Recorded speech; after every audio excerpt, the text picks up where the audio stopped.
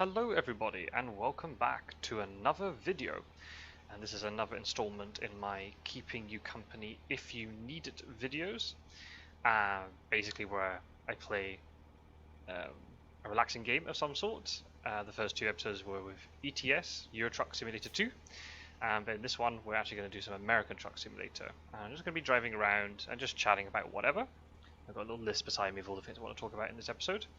And yeah, it's just these videos are here for basically whatever purpose you want. If you want something on in the background while you're doing chores, or if you're doing a little bit of work, then you can. If you actually just want to, if you don't want to listen to it as a podcast, but you want to actually watch me driving around and see some of the scenery in the game, then by all means you can do that too.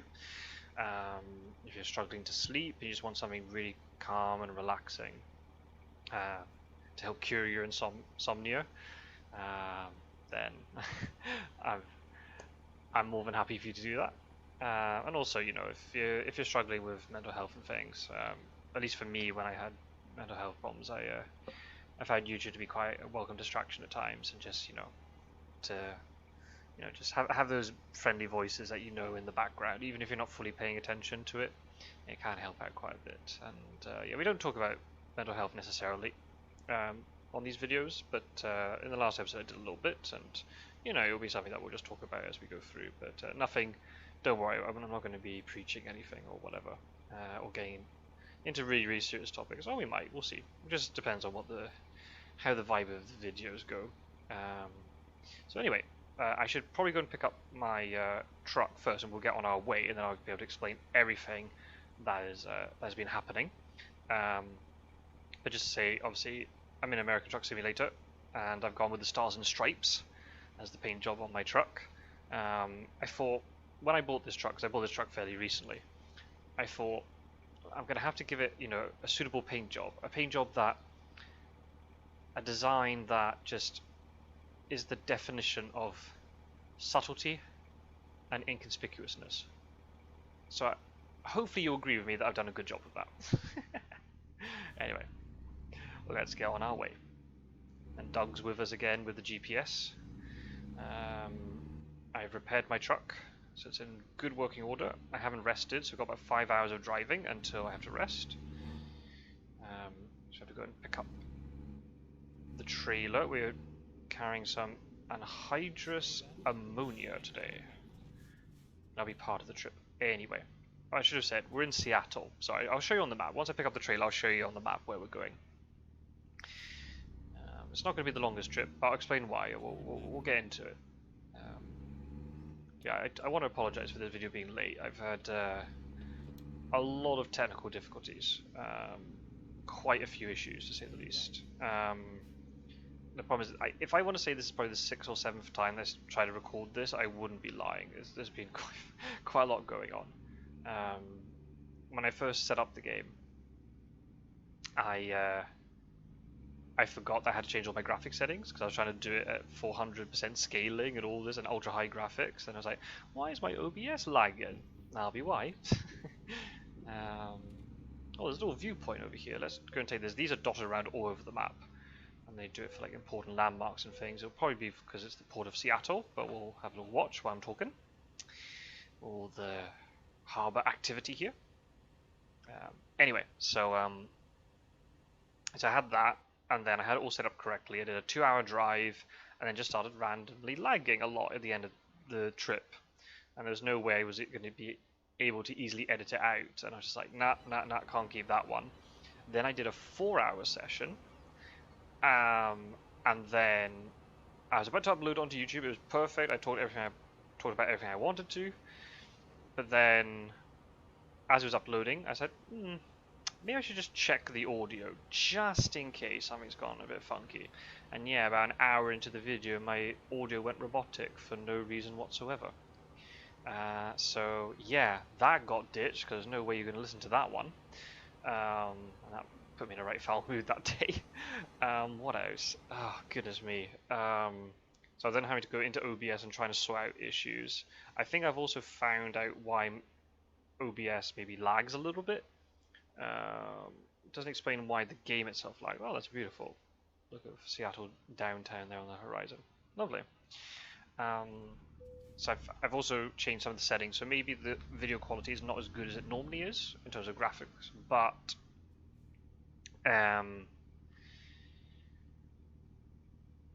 hopefully it'll be fine, but it should reduce the lag. Where am I supposed to be going? Am I supposed to be driving through here? That's impossible, right?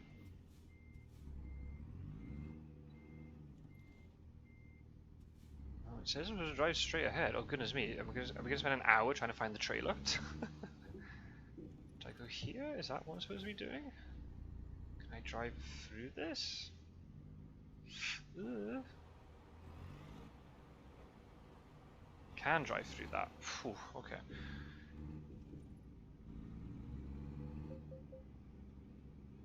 A maze of containers here.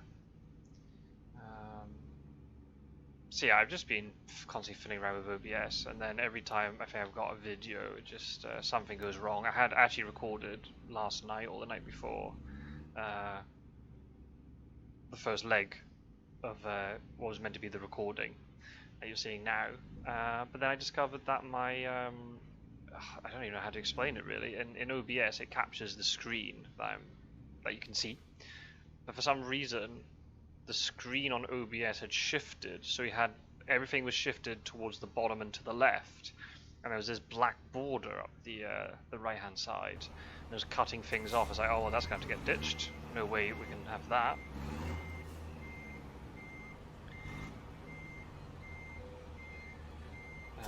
Yep, and then even now, I was just logged in, I was like, right, everything's working, and then I was driving from the garage to here, and I was like, this part of the map doesn't seem very, graphically advanced. It all seems a little bit meh to look at, and I was like, well, maybe I'll just quickly check my graphics settings.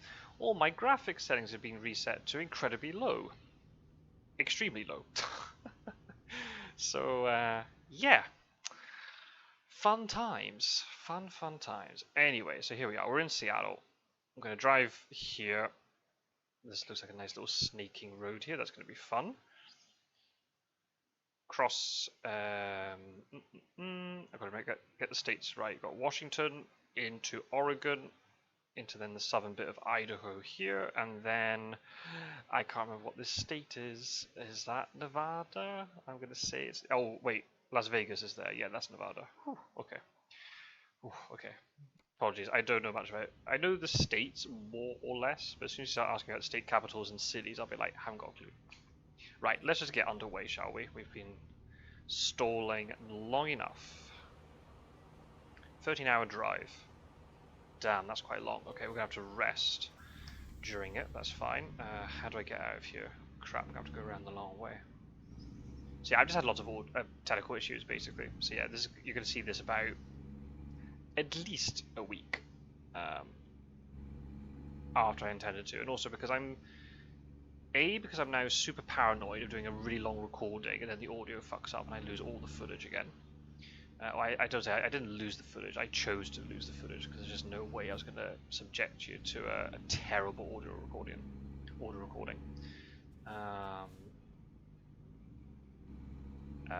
So I'm paranoid about that, and also because I don't really have time to record in 4-hour chunks. I do have the mornings free, so I could do it, but I've got other things to be getting on with, which should be my priority. As much as I mean, I love making these videos, but real life stuff. So I'm having to record these after work at night. So obviously I'm not staying up. I finish work at like 9, 10 o'clock. So there's no way that I'm then going to stay up for 4 hours after dinner to record stuff. I think I can go this way.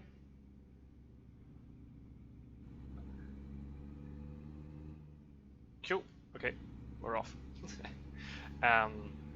So I'm having to record them in sort of like 1.5 hour chunks. So once we finish this job, I'll stop the recording, come back tomorrow or the next day fresh, and what I'll do is I'll basically stitch all the recordings together to make a long video.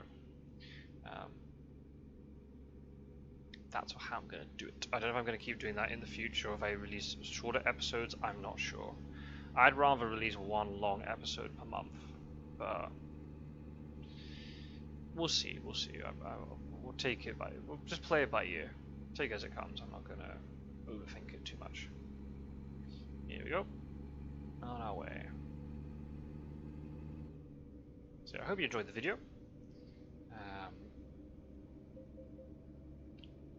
By all means, if you do enjoy the video, feel free to give it a like, or leave a little comment or something, but by no means are you obligated to do so.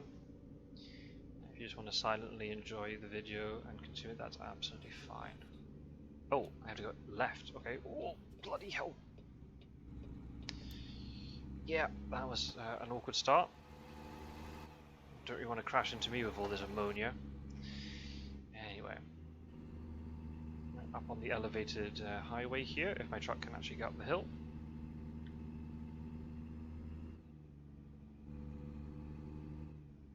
It's a real shame, because I really enjoyed the drive I'd done last night. It was only then when I watched the footage back, I was like, oh damn it, it's all pushed to one side. Ah dear.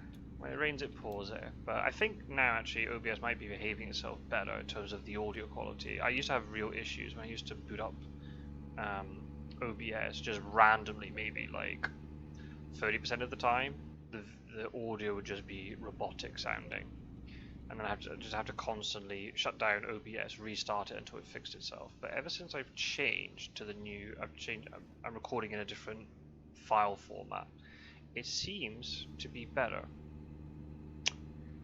Now I don't know if I'm jinxing it or not, but we'll just leave it with that. Oh, we're heading towards Spokane. Nice. Okay. Got downtown Seattle with skyscrapers off in the distance there.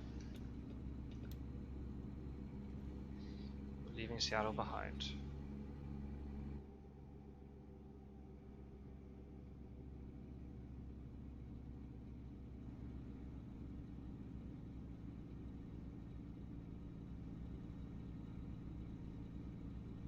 Anyway, so I hope you're all doing well. I hope you've had a lovely start to 2024.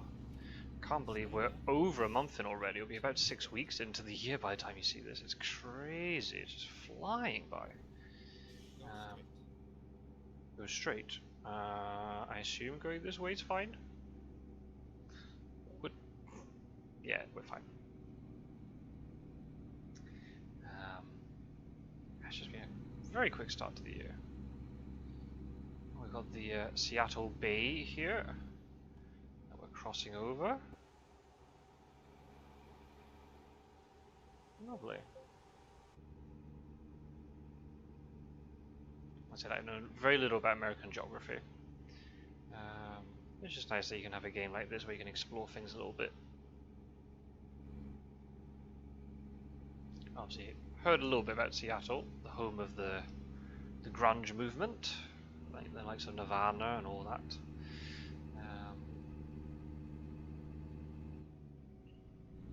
I need to change lane. Stay left. I'll try once this car overtakes me. There we go. Oh, and now I'm getting brake check. Nice.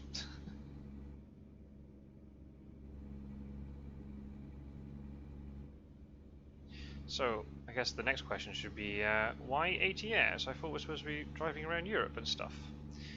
And we should be.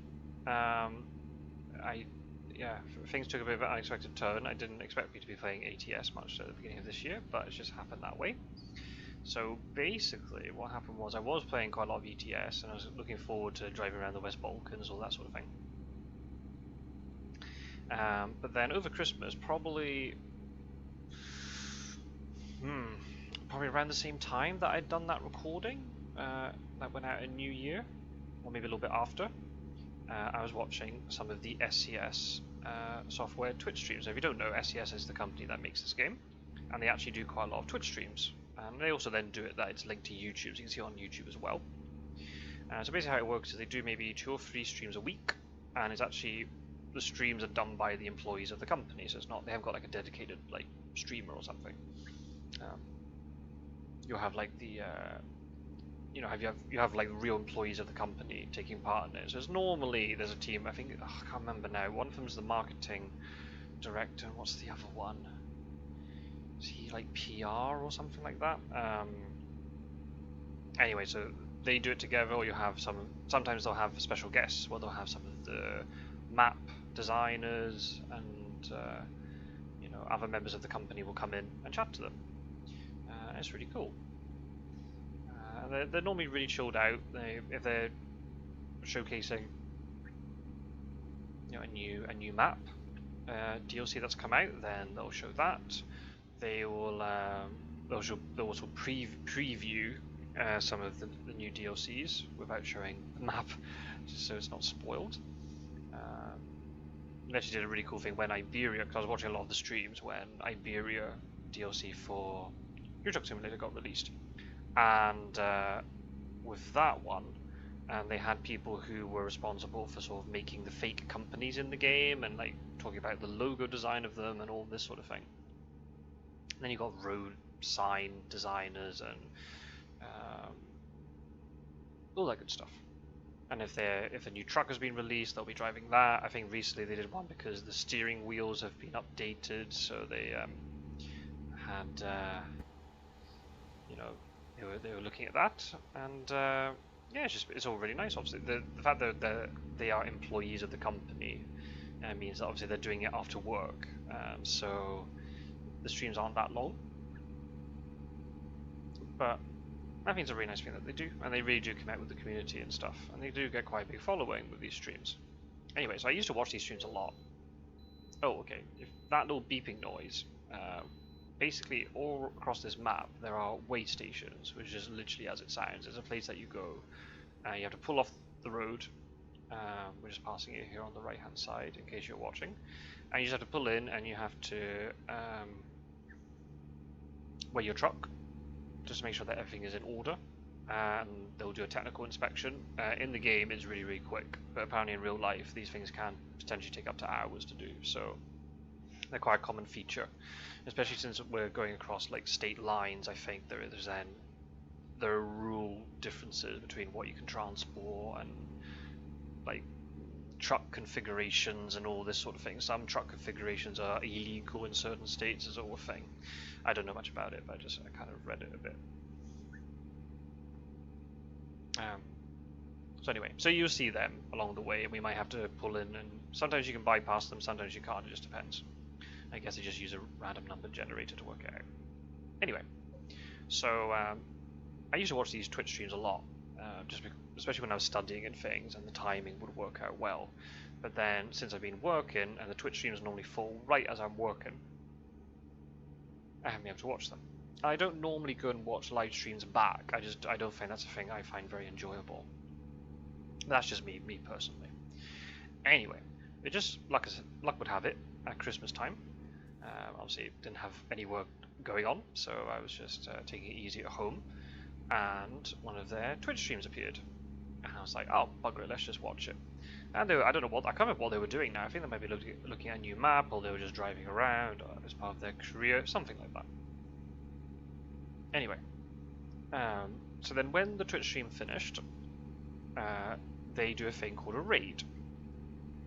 Now, if you don't know what that means, a raid is basically if you're streaming on Twitch and you want your viewers to then watch something else after you, you can then go and find another person who is streaming on Twitch, and you basically pass all of your viewers onto them. And when that happens, there'll be like an announcement on the screen for the new streamer that they got raided and all that sort of stuff. And then you can choose, as a viewer, do you want to keep watching with this new streamer, or you want to leave? Anyway, so when SAS are streaming, they normally raid somebody. And on this occasion, because they were playing ATS, they're like, well, let's find somebody else who's streaming ATS, and we'll raid them. And they found this Twitch streamer called I Am Batteries, who maybe had 2 or 3 people in their stream at the time. So just imagine the look on this guy's face when he's just there driving around ATS, just doing his thing, minding his own business. When suddenly his stream with maybe 2 or 3 people in it suddenly gets raided with 300 people. The look on his face was absolutely priceless. So wholesome, actually. It was really, really lovely.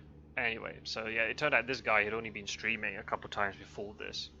And he was even contemplating not streaming that day. He's like, oh, bugger it, why not? Let's do it. And then got raided and basically got his follower goal within 10 minutes and all this. It was amazing.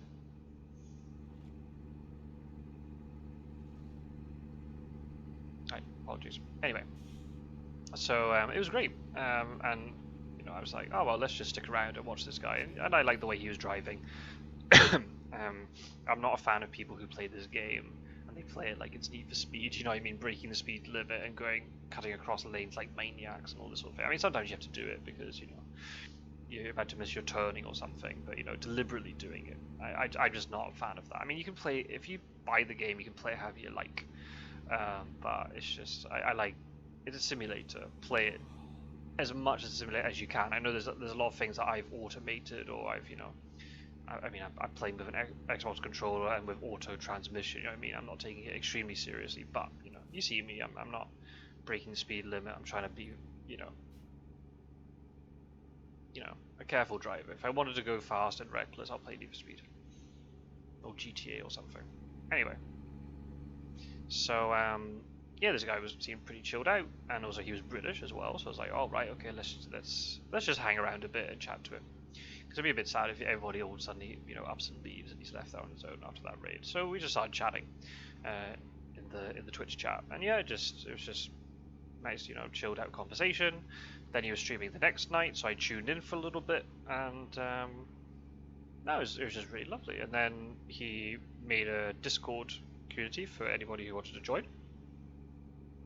So I'm all about Discord because we use Discord for the Fear of Dracula stuff. So I just added myself onto that, and yeah, it's just been really nice. We've actually, since then, we've done a few convoys together, either on stream or off stream, so it's not, you know, don't anyone to think, oh, you don't need convoying because you can be on Twitch. No, we've done some off camera too. It's been really nice.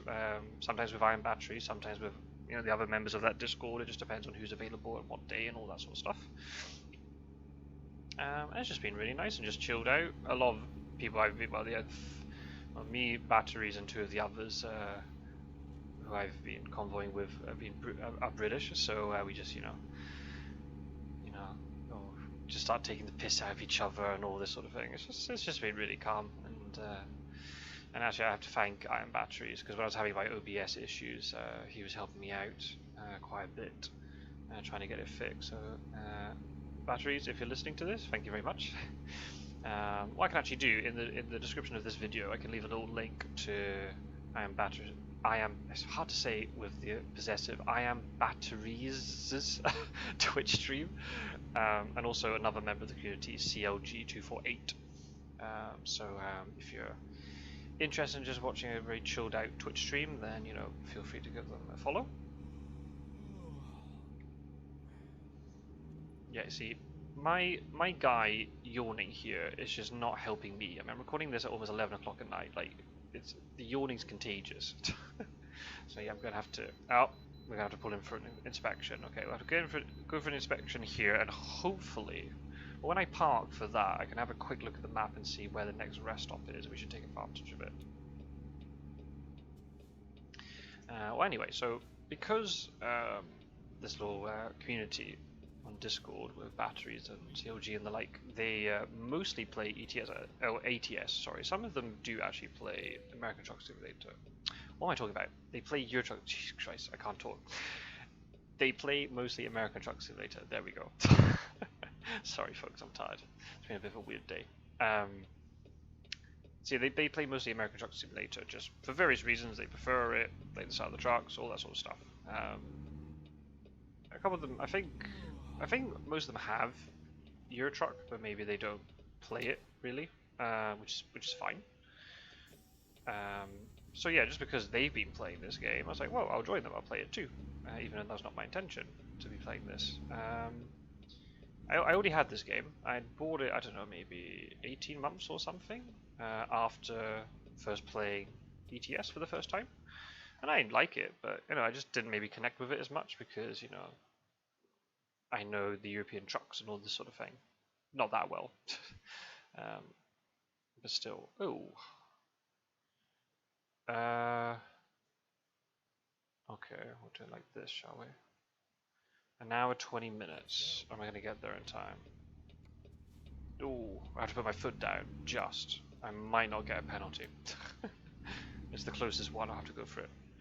And there's been a pile up here. No, this is not what I need. I'm under time pressure. I might actually have to go Grand Theft Auto on them now. Oh no. I'll leave some space with the truck in front in case I do have to go into the hard shoulder. This is the only problem. I play with a realistic traffic density mod, and sometimes that means that the AI gets a little bit derpy. When they crash, they find it a little bit hard to sort themselves out. Hopefully this guy... Yeah, we go. There, that's it. Well done. Hopefully that worked. Did it work? Kind of? Not really? Yeah, I know I'm getting tired. I'm finding a rest stop. The minute I can get onto this highway, I promise you, I'll go... Okay, that was a tad aggressive, but I will take advantage. No, I won't. There we go. Car behind me is letting me in. Thank you very much. Anyway, so yeah, so apologies, I got a little bit tongue-tied there. So yeah, these guys play ATS. I was like, well, I'll play ATS too. I bought the game before. I did enjoy it, but just not as much as ETS. And then obviously then because of fear of Dracula and all that sort of stuff, I didn't play as much as I did. And then I stopped buying the DLCs because like, well, I'm not going to buy DLCs for a game that I don't play. If I start playing it again, then I'll buy the DLCs. So yeah, because of that, I've been playing with these guys. I was like, oh right, okay, let's get all the DLCs bought then, and I've been really enjoying it actually. A little bit different to ETS obviously, but I just like driving around, to be honest. I just find it very, very relaxing. So to me now, it doesn't really matter if it's in Europe or in America. I enjoy it a lot. I still connect a little bit more with ETS, I think, just because obviously I'm from Europe and I like constant hopping between borders and all this sort of thing. And maybe the landscape changes a little bit more quickly in Europe. But that being said, you know, the American landscape is very diverse as well. So we can see quite a little bit of everything throughout this trip, I hope. Now this tanker's gonna annoy me. Oh no, he's turning off. Perfect. Good boy. Anyway, so I've just started playing this and I just like it. So I was like, well, bugger it. There's with these videos I've been recording for you, there's nothing that says it has to be a ETS video. We can do a little bit of American Truck Simulator if we so wish. Is this car going to pull out? Yes, he is. Of course he is. You just learn the AI's little tricks. If I just kept going at full speed, that car would have plowed into me and I would have probably got the fine for it and all. Yeah, so I'm going to be a little bit late. I might get some sleeping penalties, unfortunately, but it is what it is. As long as I don't doze off and crash. I didn't know that, actually. If you don't sleep, you know, past the deadline for sleeping, then after a while, your driver will actually doze off at the wheel. It's fine if you're going on the straight, but if you're going around a corner, you will probably crash. Which would be a little bit unfortunate.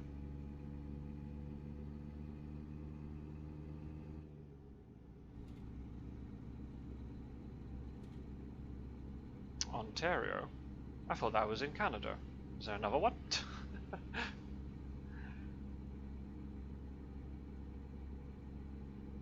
Oh. Don't do this. Oof. Brake checks are real. The problem is it's like that sort of hazy twilight. I actually can't see out of my mirror properly what is there. I've got the same settings as I used to, I just couldn't see clearly any cars were coming, because it's not dark enough to see their lights, but it's not light enough to see the cars. It's kind of that awkward stage of the day. Oh, good grief. We're backing up. Oh no, we're not backing up. That's nice. Anyway, so that's why I'm playing ATS. That's it, really.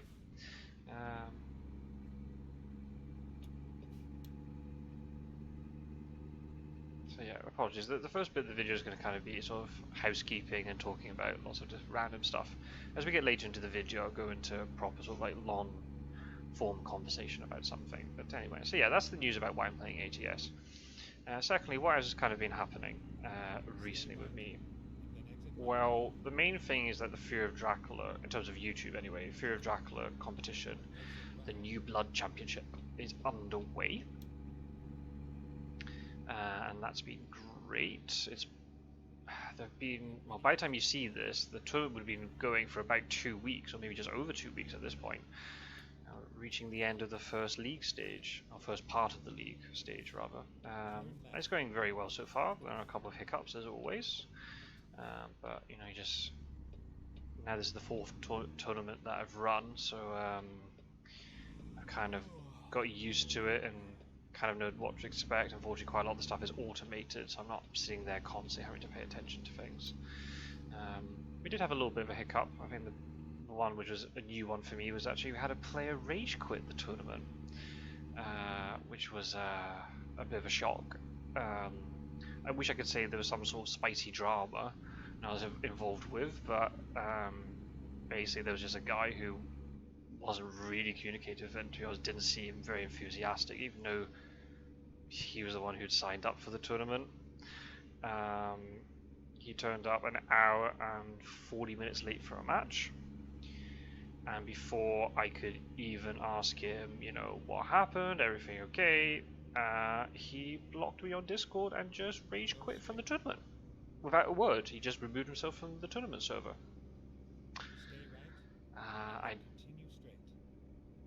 I don't understand these people who sign up for things and then, you know, don't commit to it, and they don't see all the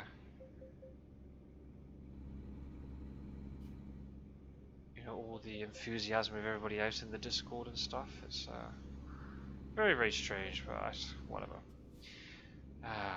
If I try to think about it too much about why people do certain things, it just drives me insane. So I'm just gonna just say it is what it is, and not then worry about it. Fortunately, we had a player on the reserve list, so they were able to take their place, and they've already played, I think, 3 or 4 games, and it's all been going fine. So yeah, the New Blood Championship is focused more on newer players, and then when we're doing commentary, we're trying to do it from sort of a broader, you know, strategy discussion, rather than, you know, the really itty-gritty bits of detail. Yeah, there's a sleeping offense. Yeah, I'm on my way to rest. I'm sorry, game.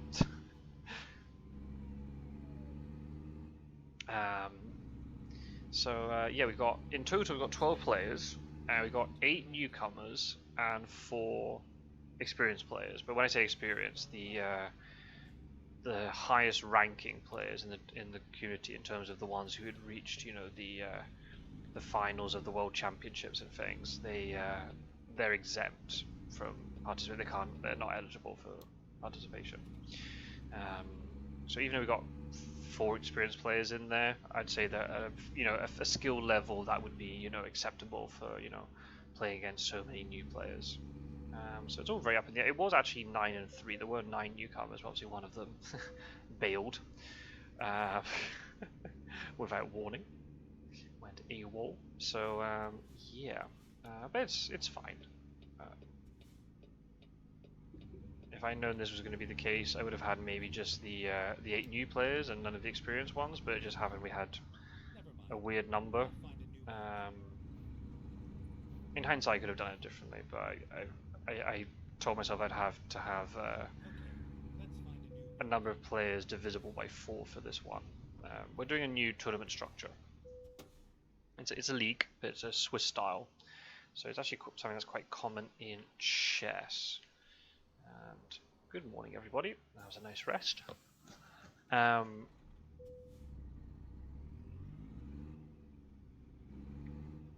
get underway. What time is it anyway? 7 AM. That's a perfect hour for some trucking. The early morning sun. I like to see it. Anyway, so yeah, sorry. With these videos I get distracted. I just go off in random tangents. Or even not even tangents at all. I just start talking about something completely differently.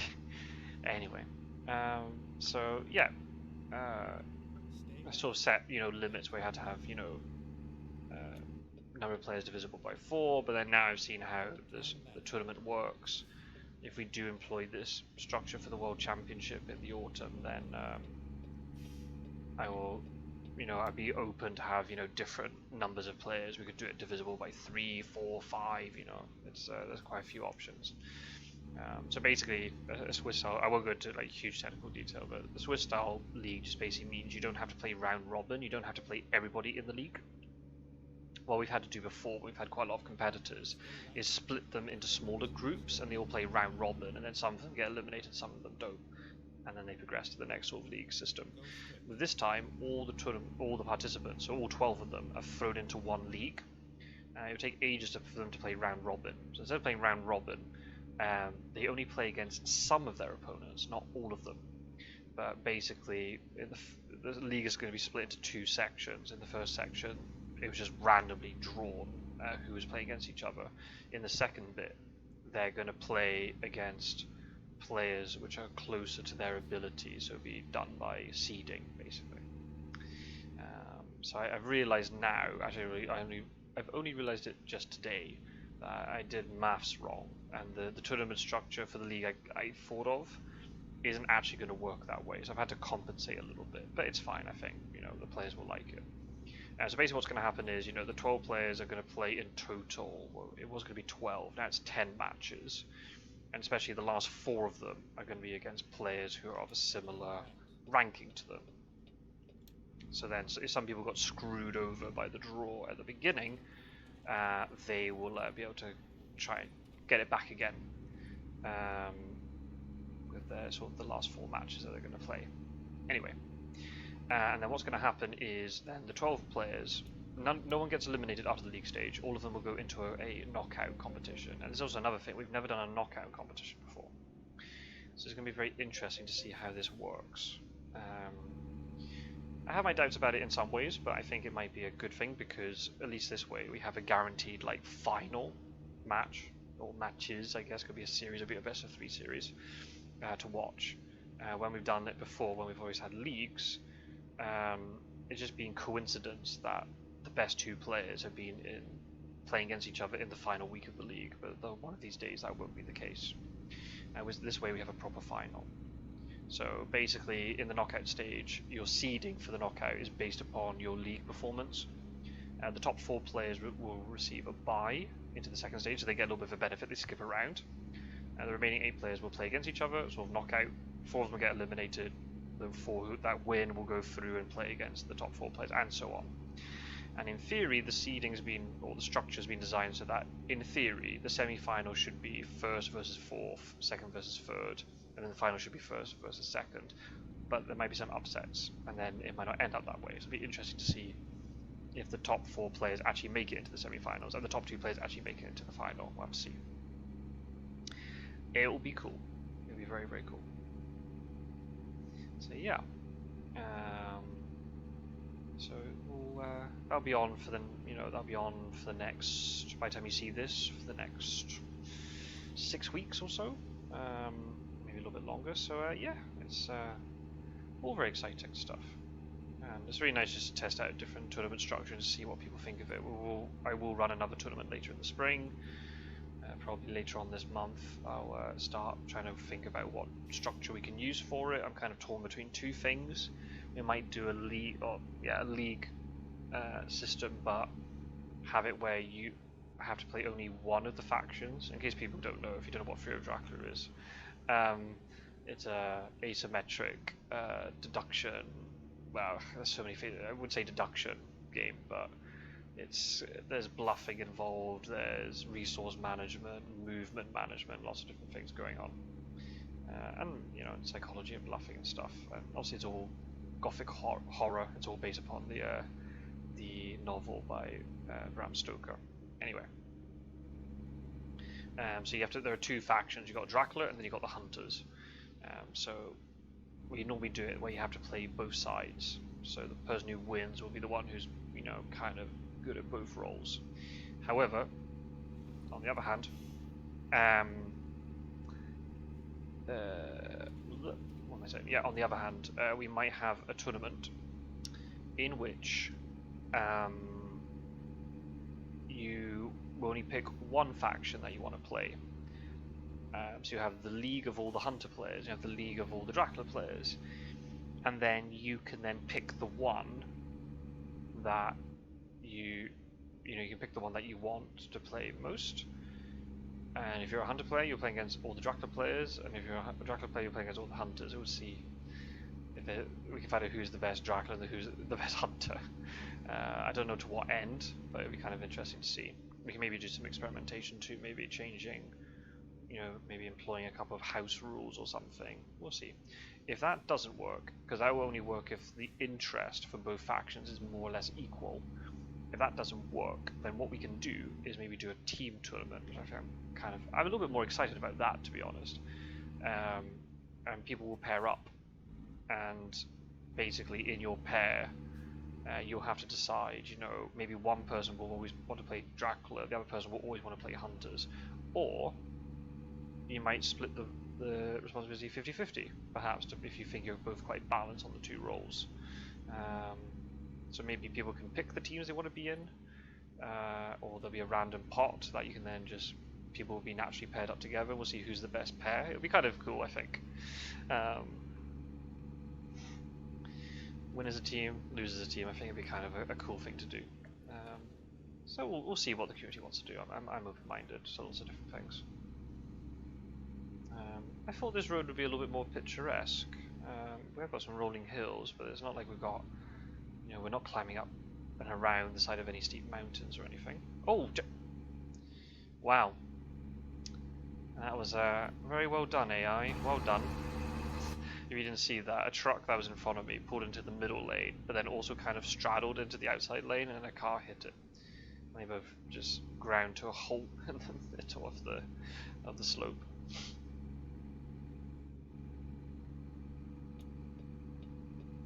Oh, why are you braking? There's no need to be braking. So yeah, that tournament's on the go, and it's all been going well. Obviously, some of you might have noticed that the Wingspan content has dried up a little bit. I was in the Youngest Mannequin Madness, which was a tournament that was running during December, and in general it went really well. I'm really happy with how things went. In the group stage I went 8-3, which is a marked improvement on my performance in other tournaments. I think it had gone so well, I managed to bring my tournament win rate to 50-50. So I was really happy how that went. Quite a lot of my games were really close, but I definitely felt like I was sort of by no means was I playing, you know, perfectly, and there are lots of things I could have done better. And but I was just really enjoying it. I was enjoying the games. Doesn't matter if it was win or loss. Went into the knockout stage, and then unfortunately got thumped 2-0 in a best of 3. And the cards were really not falling for me that day, but that can happen. That's the problem. As soon as you introduce any sort of like deck of cards into it, you're gonna have good luck and bad luck. It just depends. And I got all the bad luck in one session, but it's fine. Not a problem. And it's been really nice too, because people have still continued to watch the videos and, you know, leave comments, giving advice about how I could do things differently. Even if I was winning, they were still, you know, recommending things I could improve on, which has been really lovely. Everyone's in the Wingspan community has been really nice, and obviously I've noticed since I started playing Wingspan, there's been quite a big sort of, you know, boost in subscribers. You know, at least from my perspective, you know, looking at my normal subscriber, you know, rate, definitely went up quite a bit because of Wingspan. So I want to say thanks to everybody in that community. They've all been really friendly. It's great to see. But yeah, at the moment I don't know when Wingspan content will come back. First, because I am very busy, but also secondly, the Oceania expansion has come out recently, and just all the focus is on that. And I was humming and hawing about it quite a lot. Do I want to buy this DLC expansion? Do I not? I mean, in real life, the Oceania expansion's come out, or has been out for ages. Probably at least 3 years at this point, maybe even longer than that potentially. But digital has only just been released. I'm really happy, you know, in terms of for the player base, and also, you know, that for the company that makes the digital adaptation of the game, that they feel like they've got the backing of the community and stuff to keep making and also then the designer of the game and the publisher of the physical board game, that they can just keep making the expansions for it. I think it's great. But for me, I'm just not really interested. I was humming and hawing about it. If it was just learning new birds, I wouldn't mind it necessarily, but the board is completely different. There's a brand new resource that changes the balance of the game. And I did play a couple of games myself, just because the players I was playing against, they had the DLC, so I was able to play it, even though I wasn't owning it, or even though I didn't own it. And I watched people playing it on Twitch streams and stuff, and I just ultimately decided, nah, I'm not right now. I'm not going to commit time to trying to learn this. I'm going to be brutally honest. If and I'm not saying it for everybody, I'm saying it for me. If I was to start creating Oceania content, without a doubt, I would get quite a lot of new subscribers. I think because there's a lot of interest in the game. But if I did, it'd be purely just to milk the views and to get the subscribers. And that's not what I'm interested. I mean, obviously, I want to grow the channel as much as possible. At the same time, I want to play what I want to play, and I don't want people, to have this assumption that I'm going to be constantly providing, educational content about the Oceania expansion and all this sort of stuff when that's not what I want to do. So there are a lot of people out there on YouTube who are far more educational than me, and I love the game, but there are people obviously who are way more passionate about it than I am, who can do a better job than me, and are just more interested in doing it. So I'm not gonna, jump on the Oceania bandwagon just for the sake of trying to get more subscribers and views. I'm not interested. So yeah, that's where I am with that.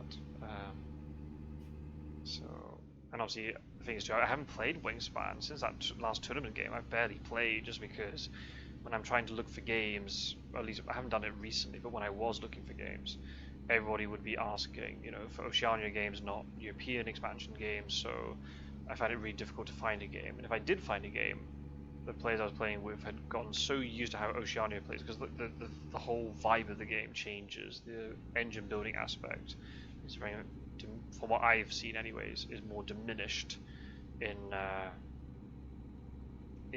Oceania. So the players I would be playing against, after playing Oceania for quite a bit, they would have forgotten how to play the base game with the European expansion. If people don't know, the base game of Wingspan is based upon North America mostly, and it wasn't then anyway. So it wasn't really fun to play with people who had forgotten how to play European expansion. So I was like, I'm done with this for a little bit. And obviously at the moment, in terms of the tournaments, they're all doing tournaments with Oceania involved, which I completely understand. Right, I'm not complaining. They have every right to do whatever they want. Obviously, it's not like it's my community, but it makes sense because they've got this new expansion that's been released. They need to ascertain what birds are overpowered, which birds are not. Try and work out if the birds that are currently overpowered and have restrictions in tournament play, will they continue to be like that, or are they now going to be freely they're able to be played whenever you want. And obviously people just are really interested in the game and they want to test out all these new birds and find out what ones from them are strong, which ones are weak. Totally fine. I completely understand it, and it makes sense to me. But I'm just not going to be part of it, basically. So, yeah, I'm really sorry for the people who've subscribed to my channel looking for Wingspan, but at least for the time being, it's not going to be here. If there's another tournament that comes out, I'm still signed up to the Discord server for the tournaments and receiving notifications if they release, a tournament which will be European only. By assuming the timing works out, by all means I'll compete. I probably wouldn't do very well because I haven't played for ages, but by all means I would. So yeah, that's pretty much it. It's all going to be Fear of Dracula stuff for the next few months, and then a video like this every month or 3 weeks or so. We'll see, depending on the timing. Yeah. What else has been happening? How long have we got to go? 300 miles. Okay, I can definitely do the next little segment. I don't want to get into the middle of like a really in-depth conversation that I have to stop, because I have to try and remember it the next day when I record. Biggest thing that's happened sort of IRL, as the kids say, in real life with me is I've moved flat. soon after I recorded that video for New Year, you know, sort of around sort of the 6th and 7th of January that we moved. So we've been actually in the new flat for about a month now. Oh, it doesn't feel like a month. That flew by quickly. And it's just been really nice, to be honest. I've been really enjoying it. We kind of need our own space, to be honest. We've been living with the parents-in-law, and I've got no beef with them, no issues. We get on well, and obviously they've done a lot for me, so I'm grateful. But it's you know, especially after getting married and stuff, you just need your own space a little bit. And also, it was harder for me because when I was studying, I was living pretty independently. Apart from the first year, and then the year that I went abroad and studied in Germany for a year, I've only ever lived with like one other person at a time. So it's not like when you're living with maybe more people, like 4 or 5, you do a lot more sort of communal activities together, or you all cook as a group, or all this sort of thing. But when you're with maybe one person, you still live quite independently. So I got used to that.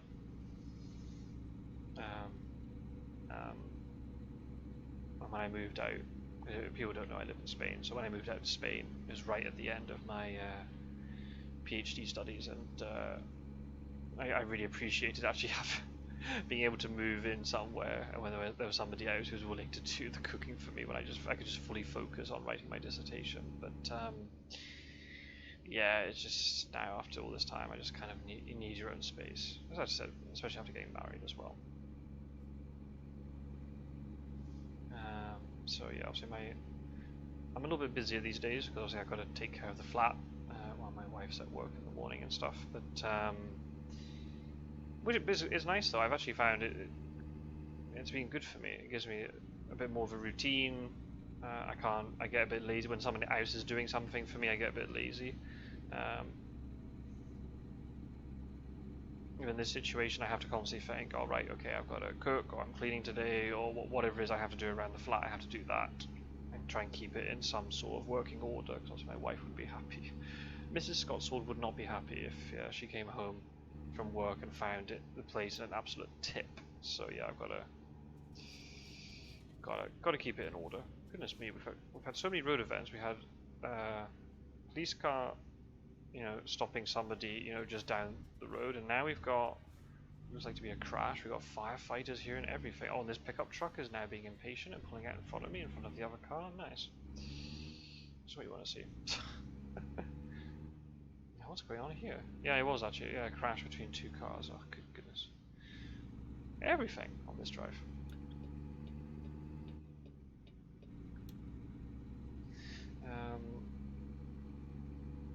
Yeah, and it's also just been really nice too that, you know, when I come home from work, you know, my wife and I can just sort of just chill out on the sofa and watch a little bit of Netflix. We started watching Breaking Bad again. At this point, this is now the 3rd time I've watched it through. The first time I watched it was when it had finished on Netflix. I didn't have Netflix at the time, so you know, old school. I bought the DVDs. I know, granddad over here buying DVDs. Who does that? Yeah, I bought the DVDs, and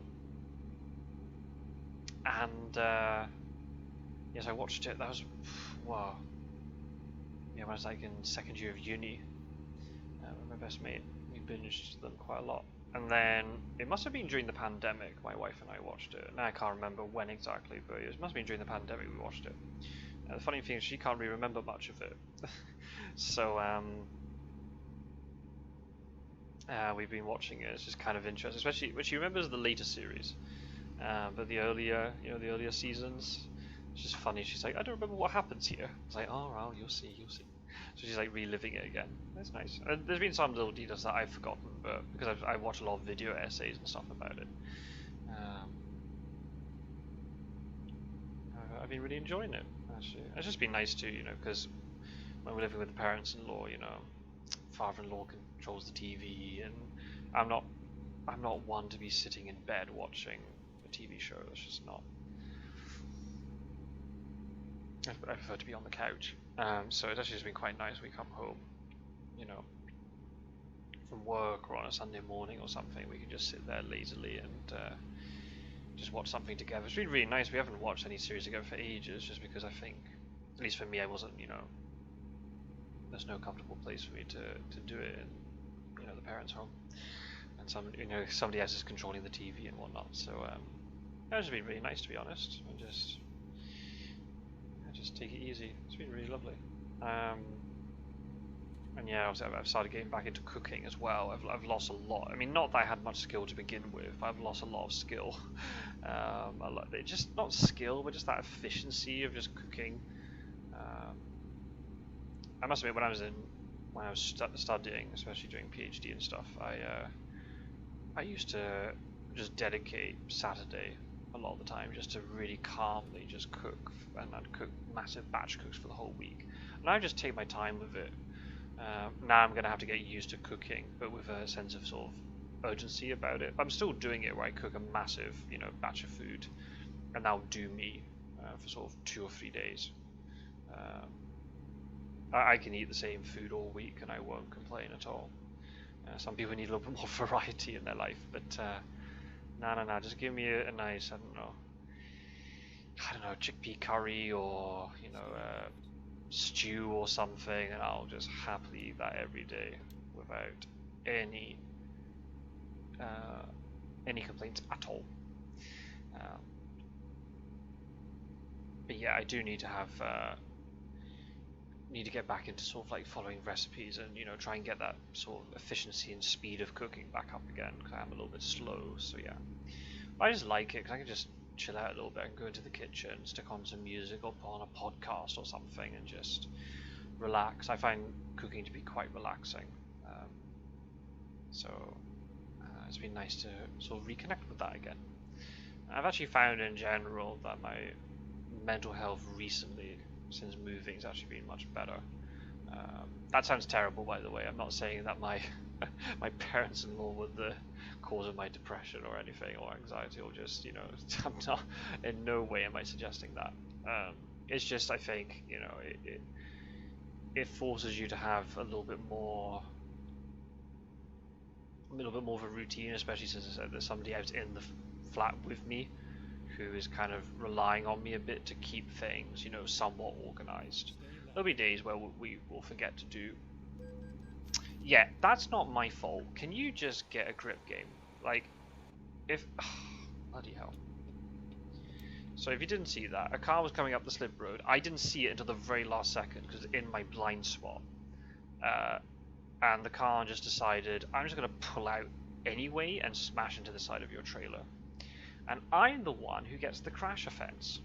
When I was in the lane, I had my foot down. All the car had to do was just slow up a tiny bit, and I would have got past it, and then he would have been able to pull out behind me. Nope.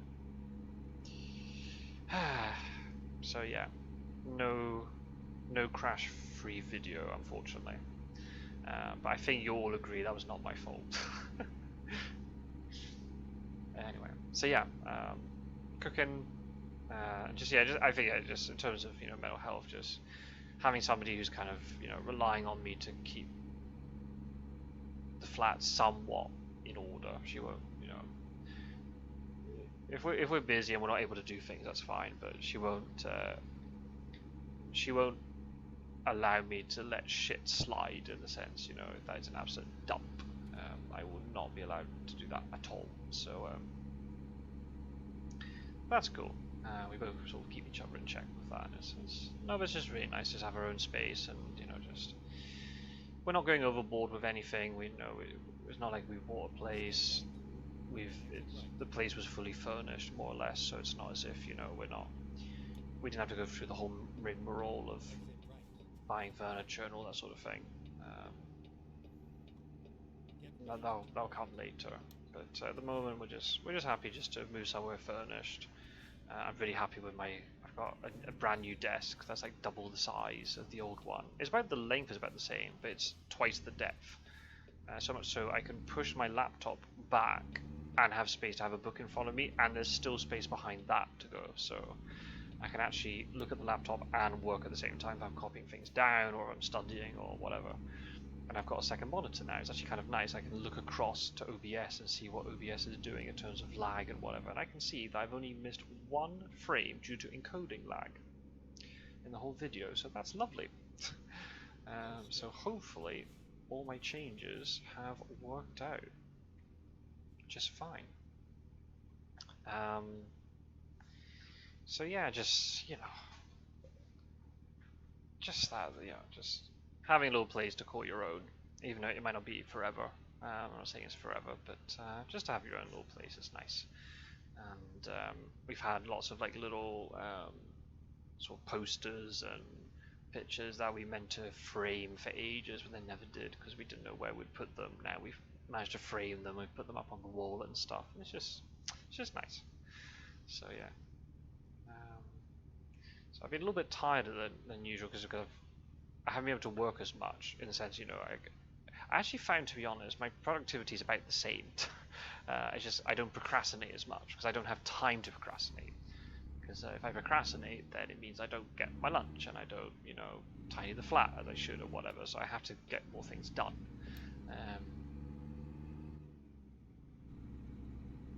Which is nice. So I do feel I'm a little bit tireder. In general, just because I am a little bit more active up on my feet a bit more, but it's fine. I'm a little bit tired today. I didn't sleep well last night, so yeah, it's catching up with me now. So we've only got, oh yeah, 185 miles. That's not very long, so we'll finish the job and then I'll definitely call it a night, and then we'll come back to this another day. Obviously for you guys, you won't have to wait. You'll be able to just to keep watching. Where are we anyway? I've not been keeping track. Oh, there's a shop there, Felice, next to the butchery. Does anybody want that little shop? Go and inquire about it. There's a phone number on it.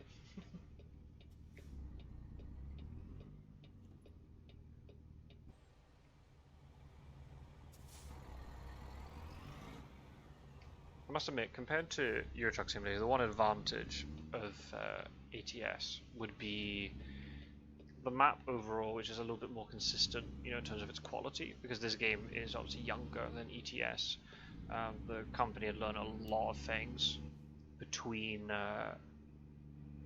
you know, releasing ETS and then releasing this game actually represented. That doesn't even make sense. This game celebrated its 8th birthday a few days ago, so I couldn't believe it was that long, but I guess so. But even then, it's been 8 years. But this, you know, the map quality is still more consistent across the board. I don't know how old ETS must be then. Euro Truck Simulator must be, it's got to be at least 4 or 5 years older than ATS. And some of the old parts of the ETS map are showing its age, unfortunately. I mean, it makes sense because as a company, they've learned a lot of things about how to make maps and, you know, graphics and all this sort of stuff. Obviously, with the success of the game, they're able to, you know, invest all those profits into upgrading, you know, their capabilities and things. But yeah, they really need to go through and start remaking parts of the old map. Like, they are starting to do it, to be fair. Just wish they could do it a little bit faster. But obviously, you know, they make most of their money from the new DLC, so it makes sense. They're trying to put as much effort into that as possible. They're actually reworking parts of the old map for this, you know, the beginning map, especially California. They've been doing quite a lot of updates to it. So yeah, they're always going back and trying to make things a bit better, but obviously it's a slow process. But I don't notice the difference as much when I'm driving this. Maybe, you know, some of the roads are maybe not done very well, but because I don't live in the States, I don't know. I don't know if it's realistic. The only thing I do know is, you know, when I go into the Iberia DLC, which is for Spain and Portugal in the Euro Truck Simulator game, the parts of Spain that I do know, they seem, especially the towns and stuff, they've been replicated fairly accurately. So I just have to assume that then for the rest of the other towns and the roads and whatever, that they've done the same. Ooh, we're going through quite dry farm land country here. Oh, quite a lot of little bushes and I guess it'll be tumbleweeds and things. Yeah, it's very dry around here. What the hell? I mean, I expect to do like that when we get down to sort of like Arizona and stuff, but I didn't think. I think we're still in Idaho. Or maybe we've just crossed into Nevada. Thought it'd be more like this as we go further south, but not the classic sunflowers.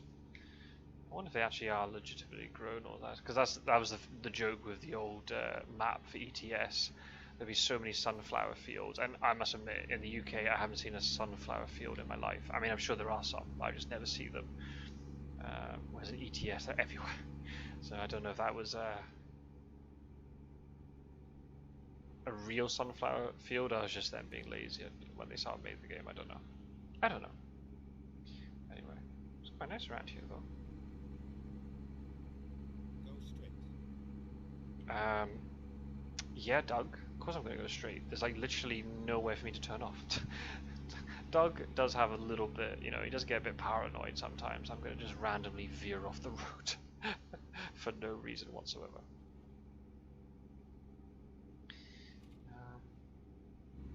Well, that's maybe a question. If I was talking about Breaking Bad, if anybody's got any TV series you'd like to recommend, feel free to leave them below. I haven't really watched much recently. I think the last series I watched on my own was Arcane, and again I was really late to the party on that one, but I can't wait for the season 2. It was really well made.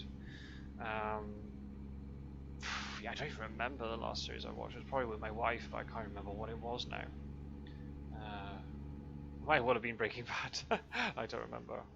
We started watching Peaky Blinders, and we really enjoyed that. And then it was at that point when the last season came out, but it wasn't available on Netflix in Spain. But now it's available. We haven't gotten around to watching it, so we haven't. Oh, AI being derpy, nice. Whereas again, I watched all of Better Call Saul apart from the last season because it's then come out recently, and I haven't gotten around to watching it. But maybe I'm just gonna have to sit down and watch these things.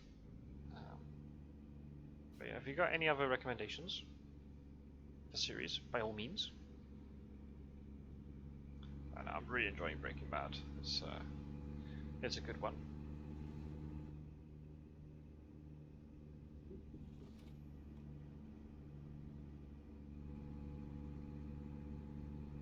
This is a weird thing. I didn't talk about this in the previous video, but I'm going to mention it just because it's a thing. So the only thing that I love Breaking Bad. Don't get me wrong. The premise is amazing, and just the action and all the little attention to detail. When you go back and rewatch it, you see lots of little like Easter eggs. That's all, you know, all throughout the episodes. The only thing I don't like, and it's not just a Breaking Bad thing. This is with things in general. I don't know if anybody else has this. Like, I get incredibly like. I don't even know how to describe it. I was going to say squeamish, but that's probably not the word, but like incredibly embarrassed if there are two characters in a film or in a TV show who are having an incredibly awkward and tense conversation. I find it, or someone's saying something really embarrassing, I find it incredibly hard to watch. I find it really, I get like super uncomfortable watching it.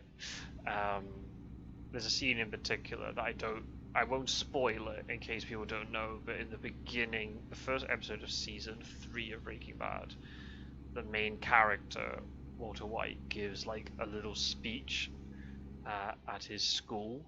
And anybody who watches Breaking Bad, you'll know what I'm talking about, but I won't explain the content of the speech because that'll be a huge spoiler. But people who know what I'm talking about, right, and the level of sort of embarrassment at that moment, I find it incredibly hard to watch. I just find I get very uncomfortable. And same too, like when there are like really tense conversations between the main character and his wife, and it gets a little bit like embarrassing. I just like, oh, I just get like, I just find it very cringy, but like not in a way like not like bad acting cringy. I'm not saying that. I'm not complaining about the quality of TV. It's just the social situation. I find it incredibly like awkward to watch. I don't know, and if I was on my own, I would skip it. I don't know. Is anybody else like this? Is it just me? Am Am I weird? What is this? Do you know what this phenomenon is? If you get embarrassed by what other people say? I'm just gonna quickly go here to pick up some fuel, because I'm gonna need it later, and I won't forget. I don't have any embarrassing situations. And this is kind of a cool rest stop, to be honest. Let me take a picture here for the thumbnail. Yeah, that'll be a good idea. Yes, I can't wait. We're about halfway out, so we're about halfway through season 3 now.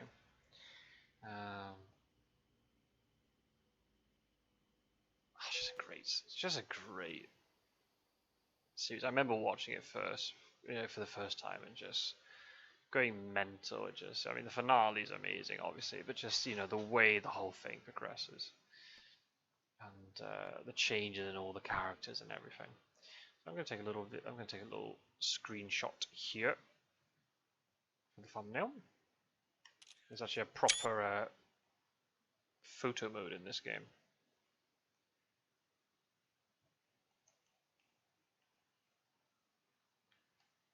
Don't worry, I won't spend too long on this.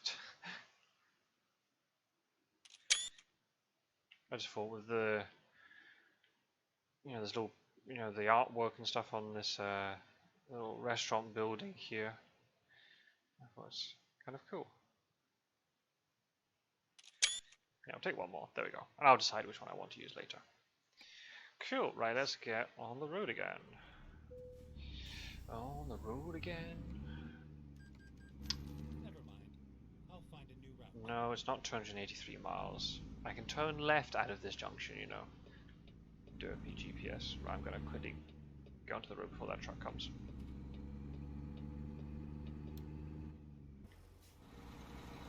Yep. 83 miles. Perfect.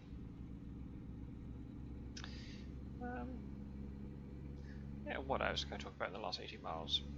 Well, the last 2 videos that I've done of this series have had sort of unintended consequences, both positive, I'd say, but just unexpected anyway. One of my subscribers, Strider656, I'll give him a little plug. I'll leave his link in the description below. He's got a channel for YouTube. He does some Fear of Dracula stuff, but also does War of the Ring. Anyway, he really enjoyed the videos of me driving around, so he also bought ETS and then also bought ATS after the fact, and has been recording videos of his own. So by all means, go and check them out. So there's also a couple of them that I feature in. We did a convoy, which is like the multiplayer mode of this game together. So yeah, that's that. So I wasn't expecting anybody else to pick up this game as well. No disrespect to Strider, but that wasn't something I'd expected him to have played, but he's been enjoying it, so that's great.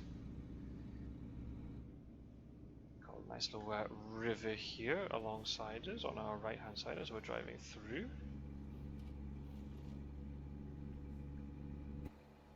Apparently I've driven along this road before, but I don't remember it. Yeah, so yeah, Strider's got into ETS and ATS, so yeah, shout out to you, Strider, well done.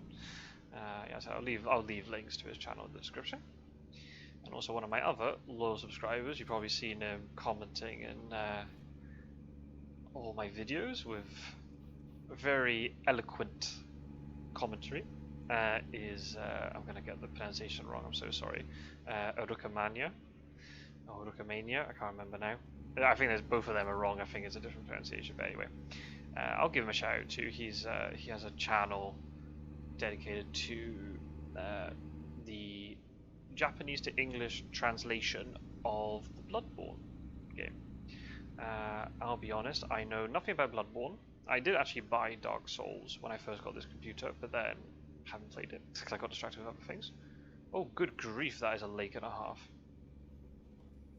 Bloody hell, I know there's a... I'm almost crashing into traffic trying to look at this lake. This is ridiculous. Lake, reservoir, I don't care. That's I was not expecting to see that as I came around the corner. Elko, 48 miles. Sweet. Sorry, I just got distracted by the geography. I'll be honest. See, I know nothing about Bloodborne. I haven't even played Dark Souls. I know nothing about Japanese. I know nothing about linguistics. But basically, in his videos, Rukamania goes through the translation between Japanese and English and talks about the word choices, changes in vocabulary and sort of tone and expression, and also then, maybe how the players of the game might interpret the information differently depending on how it's presented in either language. I watched the last video through and I found it really interesting. I think it's got about 4 years worth of content at this point. Just slowly every month goes through about 15 minutes of the game. It's been sort of like his passion project, and he still finds time to comment on my videos and check out my content and stuff. Really nice guy. So yeah, there you go, Rook. You got a shout out. I'll leave a link in the description if that sounds interesting to you. Anyway, the unintended consequence was talking to a Rook, and I had my ramblings in previous episodes about Alter Bridge, which is my favourite band, and Rook has actually started listening to Alter Bridge, so yay! I'm really happy about that. The more Alter Bridge fans we have in the world, the better.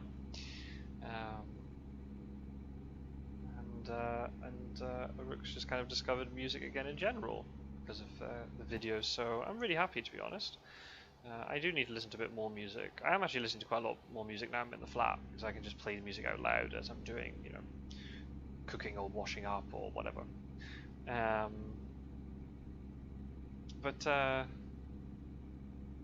Yeah, no, it's just great. So we've been having quite a few conversations about Alter Bridge. So what I'm actually going to do in a later portion of this video, maybe in the second part, we'll see how awake I am. I'm going to have a little discussion with you all about Alter Bridge. We'll go through their discography and just chat about them. I'll definitely fill up plenty of time as we're driving around. All those electricity wires or telegraph poles are definitely not straight. They were slanting somewhat. It's just lovely that these little videos I've been making have had these sort of effects. It's just great. Music's awesome. I just find music to have such a, almost like, it's going to sound a bit cringy, but sort of like this healing aspect to it. I get so much energy from it. But also too, you hear lyrics that resonate with you, whatever way. It depends on what the lyrics are, but it can be about anything, and you really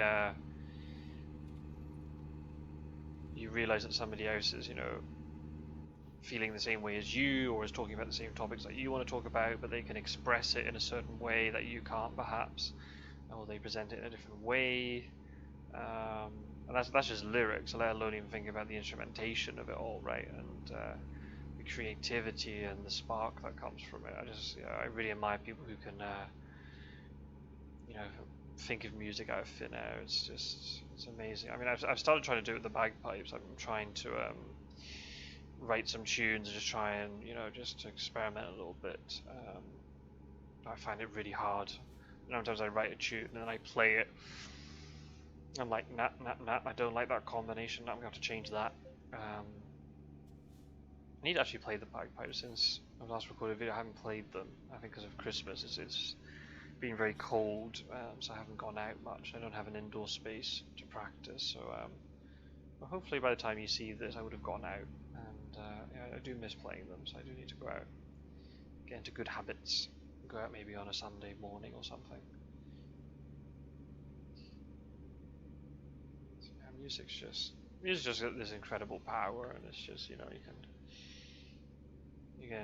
can listen to it while you're working, but you can listen to it really in, with lots of intent and trying to understand what is happening, musically and lyrically. I don't understand the musical terminology, but when I hear, a time signature change or a riff change or, a guitar solo that just, really captures, your soul. It's the best feeling ever, and it's the best feeling ever just discovering a new band for the first time, and you just think to yourself, oh, why haven't I discovered them before? How was I able to live my life without this band? It's just as soon as you discover a band you really like, you're your life's never the same again. I haven't listened to. I mean, I've listened to some stuff lately, but it's been a lot of Alter Bridge, to be fair. But I've been kind of, dabbling in different things. I had a friend who recommended some Spanish folk and sort of symphonic metal. I've been checking that out a little bit. I need to listen to it more, but I've been enjoying that. Something a little bit different. Also, yeah, too, then hearing. Oh, I'll break just in case. Yeah, I don't think I was going to make it through. Really, game. I mean, I braked. If I'd actually just kept going, I probably wouldn't have got the fine. That's outrageous. Ah, never mind.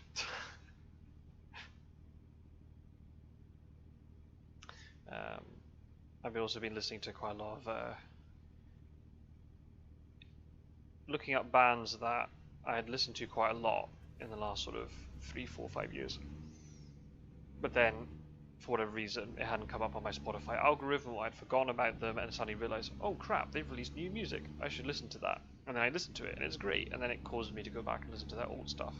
And a lot of these have like really long discographies, which I haven't even barely scratched the surface of. But I'm just really enjoying it. Because every time I'm playing this game, I'm doing it to record, especially these days with all the technical issues. But I hope what will happen is once I've recorded this video for you, I can still play this, every evening or every other evening, but I'll be able to do it, with music in the background and really reconnect with music again. There's so much good stuff out there. So yeah, definitely. I think in the second part, I think we'll go into a deep dive of the Alter Bridge discography. I think that'll be a good idea. So stick around for that, but we're just going to quickly park up, and I'll stop the video, and obviously through the power of YouTube and editing, it'll be a brand new day, and I'll be recording, hopefully a little bit more awake. I'm quite tired. I'm definitely need my bed, and this is a nice easy parking spot for us. Perfect. Well, it was quite an eventful drive. We had a few different incidents. I'd argue that both of those fines were not deserved, but never mind, I'll be salty about it. But also we had quite a lot of little road events and things. We had some traffic, AI being derpy.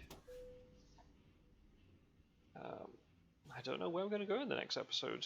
I normally pick World of Truck jobs that have a real world time deadline. I don't want to pick one just in case I don't do it tomorrow and the time runs out and I get penalties. So I guess when we log in tomorrow or the next day, we'll find out where we're going. But I'll try and see if we can get a job from Elko.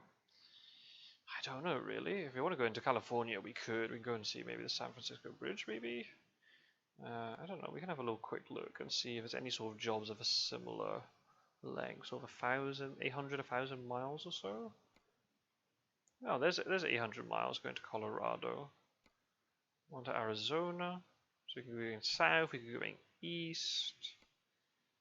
So a little bit longer one to the bottom of New Mexico, so we'll definitely be able to go into Texas if that's the case then. Well, we'll see. We shall see. We'll see what tomorrow has in store. So yeah, as I said, obviously you won't notice a difference. It'll suddenly be tomorrow. But I'll say thank you for watching anyway. And I hope you've enjoyed the episode so far. And yeah, we'll get into a deep dive of Alter Bridge in the second part of this episode. So thank you everybody for watching. And feel free to leave any comments below.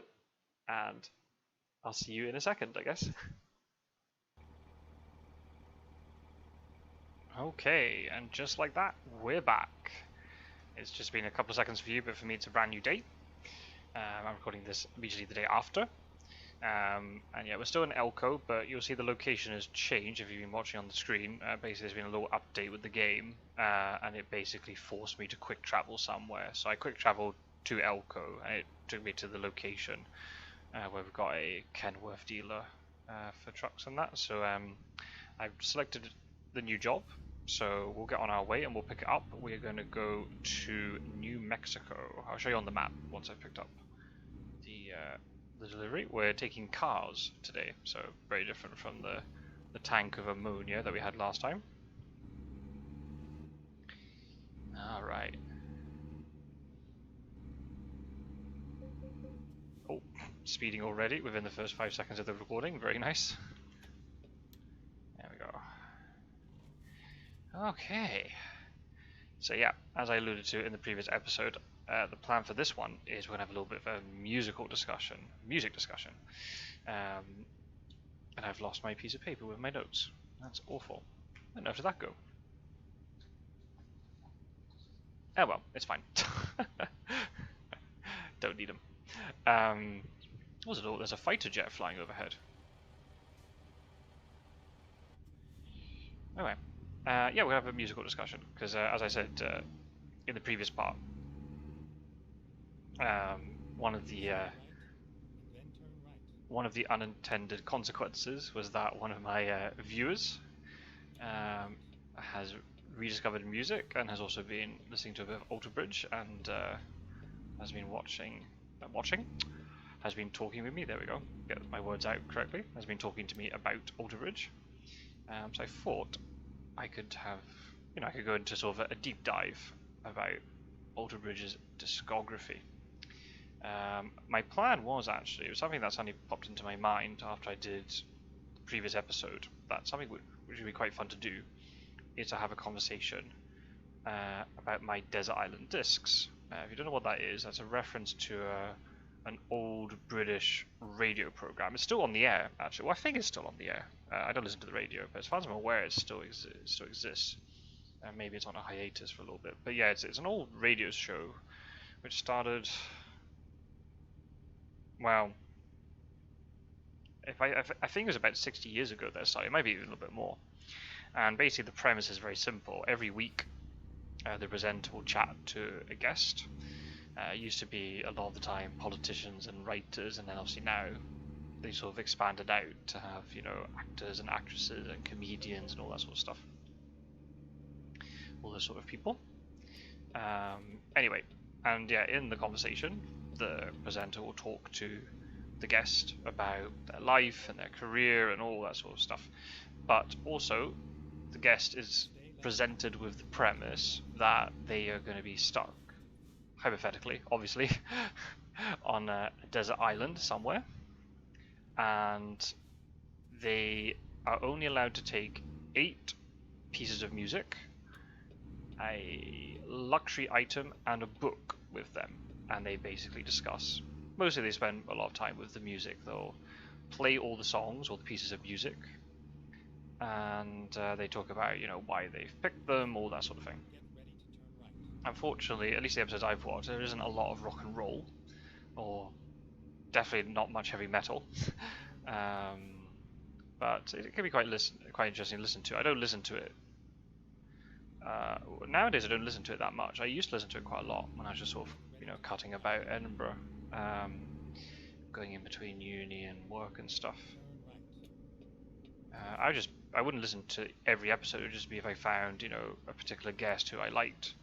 I would just be interested to listen to what they had to say. Okay, and we've got our trailer here, so I'll just quickly concentrate while I'm backing this up. Because there's a guy over there by the entrance to the shop who's just gonna judge me if I get this wrong.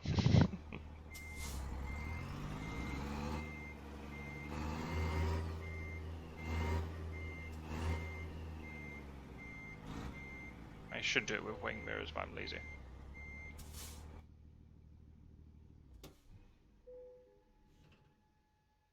So I quickly show on the map where we're going to go. I think we're going to Socorro in New Mexico. So we're going to head across east, go past Salt Lake City in Utah, down through Utah, cross the border into a tiny bit of Colorado, just for a little section, and then down into New Mexico. And then, funny, we were talking about Breaking Bad earlier.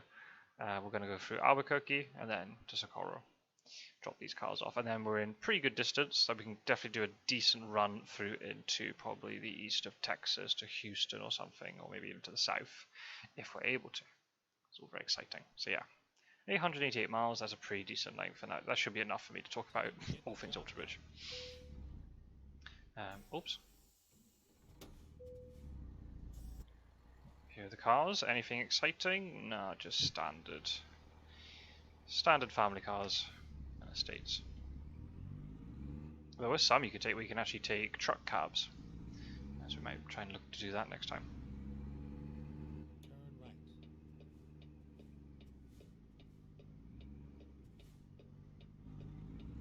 right. So anyway, yeah, design disc. So I like this radio program. I thought it was kind of neat.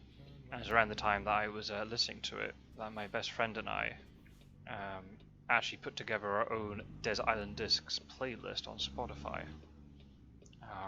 And then we ended up going into a Discord call and chatting about it.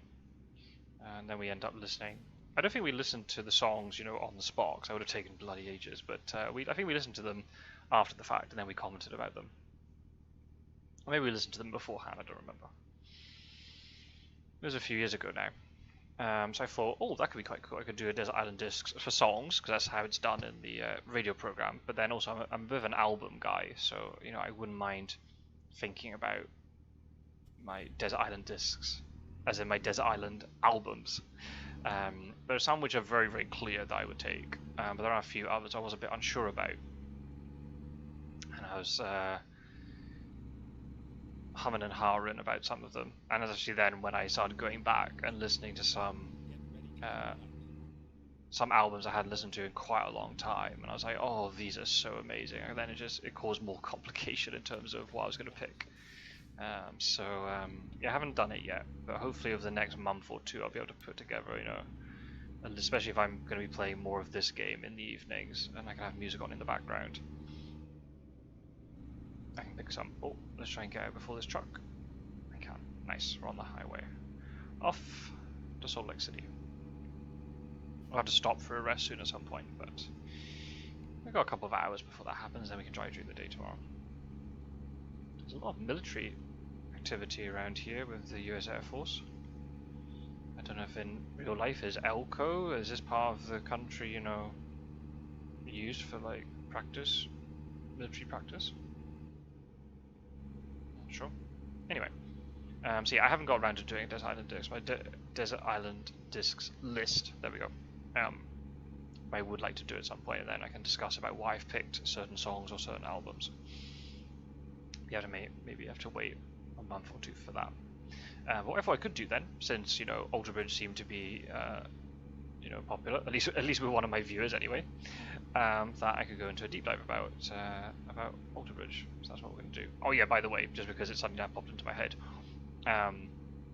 there's a friend of mine who watches these videos, who recommended to me a band. Oh really? I have to pull in for vehicle inspection already? Alright. Anyway, sorry, so I've got a friend who recommended a Spanish band to me called Mago de Oz. I don't know if it'd be Oz or Off. I assume it'd be Oz because it's based upon the Wizard of Oz. I'm not sure. Mago de Oz. That's what I'm going to call it.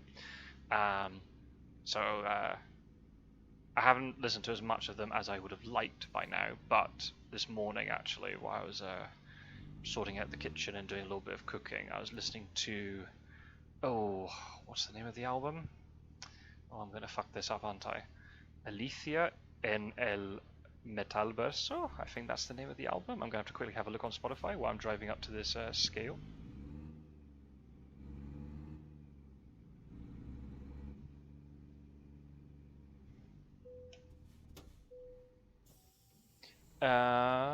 Yes, Alicia en el Metalverso. I haven't listened to it all, listened to the first bit of it, but very, very good. So, the person who recommended that band to me, you know who you are. I won't say your name out loud, but you know who you are, and thank you. The first little bit of that album was very, very cool to listen to. So I'll definitely be going back when I got time and listening to all of that. I don't understand any of the lyrics though. I wasn't reading the lyrics, especially since that album is so new. That's the one that's literally come out in the last 2-3 weeks or so. The lyrics aren't available on Spotify, but I could hear bits and pieces. I could hear like words which I could understand, but not the whole thing. But I will do research on it. Anyway, so yeah, Alter Bridge. So in I think it was maybe the first or second episode, I did make it clear that they are my favorite band. They didn't used to be. It used to be Shinedown. That was like the first band that really sort of got me into rock music. But then just over time, you know, just my opinions sort of and just tastes and things changed a little bit. Don't get me wrong, I still love Shinedown, but I haven't listened to their albums much recently. But if I had the opportunity to go to a live show, I would take it in a heartbeat. They are very, very good live. They have a lot of energy. And it's great to see, especially since they're not old by any stretch of imagination, but they're not very, very, very young either. So it's good to see that they really still bring it in a live setting. It's amazing to see.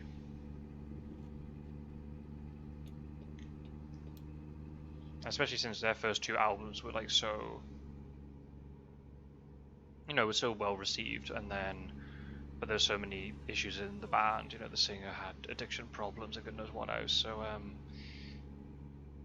yeah, it's just nice that they've now got a stable lineup, and because the band sort of like split in half, and two of the members left, but now they've got, they've replaced those members, and they've had maybe I don't know, there's like 4 or 5 albums now with the same members, and it's all going very well. So yeah, it's great. Anyway, so yeah, Alter Bridge. So I discovered them in 2013, I think. It must have been a time when Shinedown were meant to do a tour in the UK, and they were going to tour with Alter Bridge. I had no idea who Alter Bridge were, and they were going to be the headlining act. And my best friend said, "Oh yeah, they're very good." That's all he said. He didn't elaborate anymore. So I checked them out. So I might be repeating some things from the first video, but that's okay. So basically, Alter Bridge was formed from the breakup of Creed. Now, I don't know if anybody watching knows Creed. They're a band from the 1990s. I'm more than sure they're based out of Florida. But anyway, they were really, really popular. Like, they've sold tens of millions of records. They were extremely popular. Sort of, I don't even know, like, genre-wise, kind of that. Basically, when there's a whole genre called post-grunge, which is when all the grunge scene, sort of the early 90s, like Nirvana and all that stuff, when all that sort of died down, a new sort of form of rock music came out that took still quite a few influences from Nirvana, and just like that sort of like gritty sort of style of music, rather than the rock beforehand that had been, quite sort of upbeat and stuff.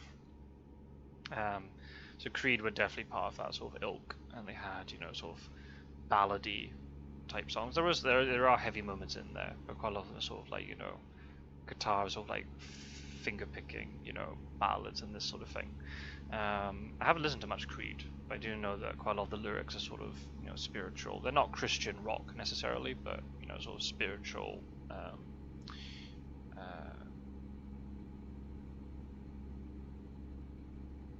Yeah, just certain, lyrics about, spiritual nature, maybe some religious stuff.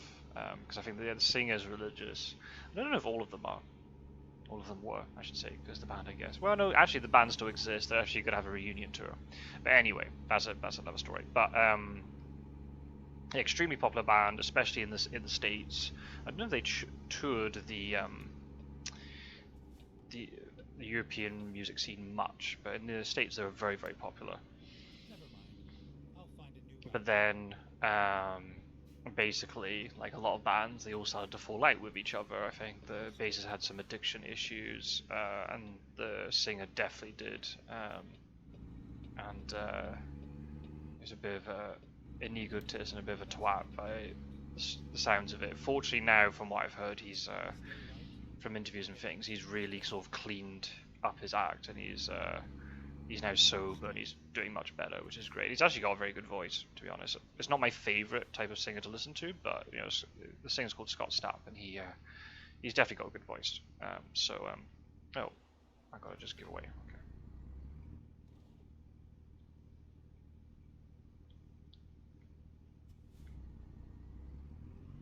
I don't understand why they got these massive intersections with no lights. Whatever. America. Anyway. Anywho, so yeah, so they basically started to fall out with each other, and then they kind of, I think there was a point where Brian Marshall, the guitarist, fell out with the band, and he ended up quitting. And what else happened? They just, after I think 2 or 3 album cycles, they just got kind of fed up with each other, and the band sort of disintegrated. And then the singer went off to do their own thing, and the guitarist Mark Tremonti wanted to keep making music, because why wouldn't you? And he still got on well with the drummer Scott Phillips, so he asked him if they wanted to form a band, and Scott Phillips agreed. And then they brought Brian Marshall, the bassist, back, because they did enjoy playing music together. I think as long as the deal was that Scott Stapp was nowhere near it, Brian Marshall would be happy to come back. And they had to try and find a singer, and that's where Miles Kennedy came into the picture. So Miles Kennedy was based on the other side of the country completely, in Spokane, in Washington State, close to Seattle, where we started the trip in the first bit of the recording. And he was living quite a peaceful life up there, to be honest. He used to have touring bands and things. He's had quite an interesting musical upbringing. He studied music theory at college in Spokane. He actually first learned to play, musical instruments from playing the trumpet, and that's kind of a nice, quite wholesome story when he was really into sport when he was young, and his mum at some point, I don't know if it was during secondary school or primary school, spoke to him and was like, okay, the school are offering you the chance to learn a musical instrument, and I want you to learn it. And at that point, Miles was into his sport and whatever, and he was just like, oh, I don't want to play a musical instrument, I want to keep playing sport. And the mum basically told him, was like, well, okay, but when I was a kid, I never got the opportunity to learn a musical instrument, so I'd really like you to have the opportunity to do so. And he was like, oh, right, okay, I'll do it. So he picked the trumpet. I don't know if the trumpet was compulsory or was the thing he decided to pick, but anyway, he learned to play trumpet, and he ended up really enjoying it. He got into like the school band and all this sort of thing. He even became at one point in secondary school the drum major, who's like the leader of the marching band, and he has to be up there in the front, like conducting the band. Apparently he wasn't very good at it, but and it was at that time where he had like his long hair, which was not appropriate for the marching band. He still has long hair, to be fair, and he decided, right, okay, I'll make a deal with you. I'll cut the front, but I'll keep the hair long. So he had, a mullet style before the mullet was even a thing. The only reason I know that story, which sounds like such a weird thing for me to know about, is because Miles Kennedy, when he did, he's got a couple of solo albums. I'll talk about them another day. Oh, I didn't have my headlights on. Whoops. Good start. Anyway, he has a couple of solo albums, and he did a tour in Glasgow. He did it all around Europe. He went to Glasgow, and it was a really intimate concert. There's maybe like a couple hundred people there. And he was telling some stories, right? And there's one point he started to conduct the crowd how to like clap and sing in time, because we were all a little bit all over the place.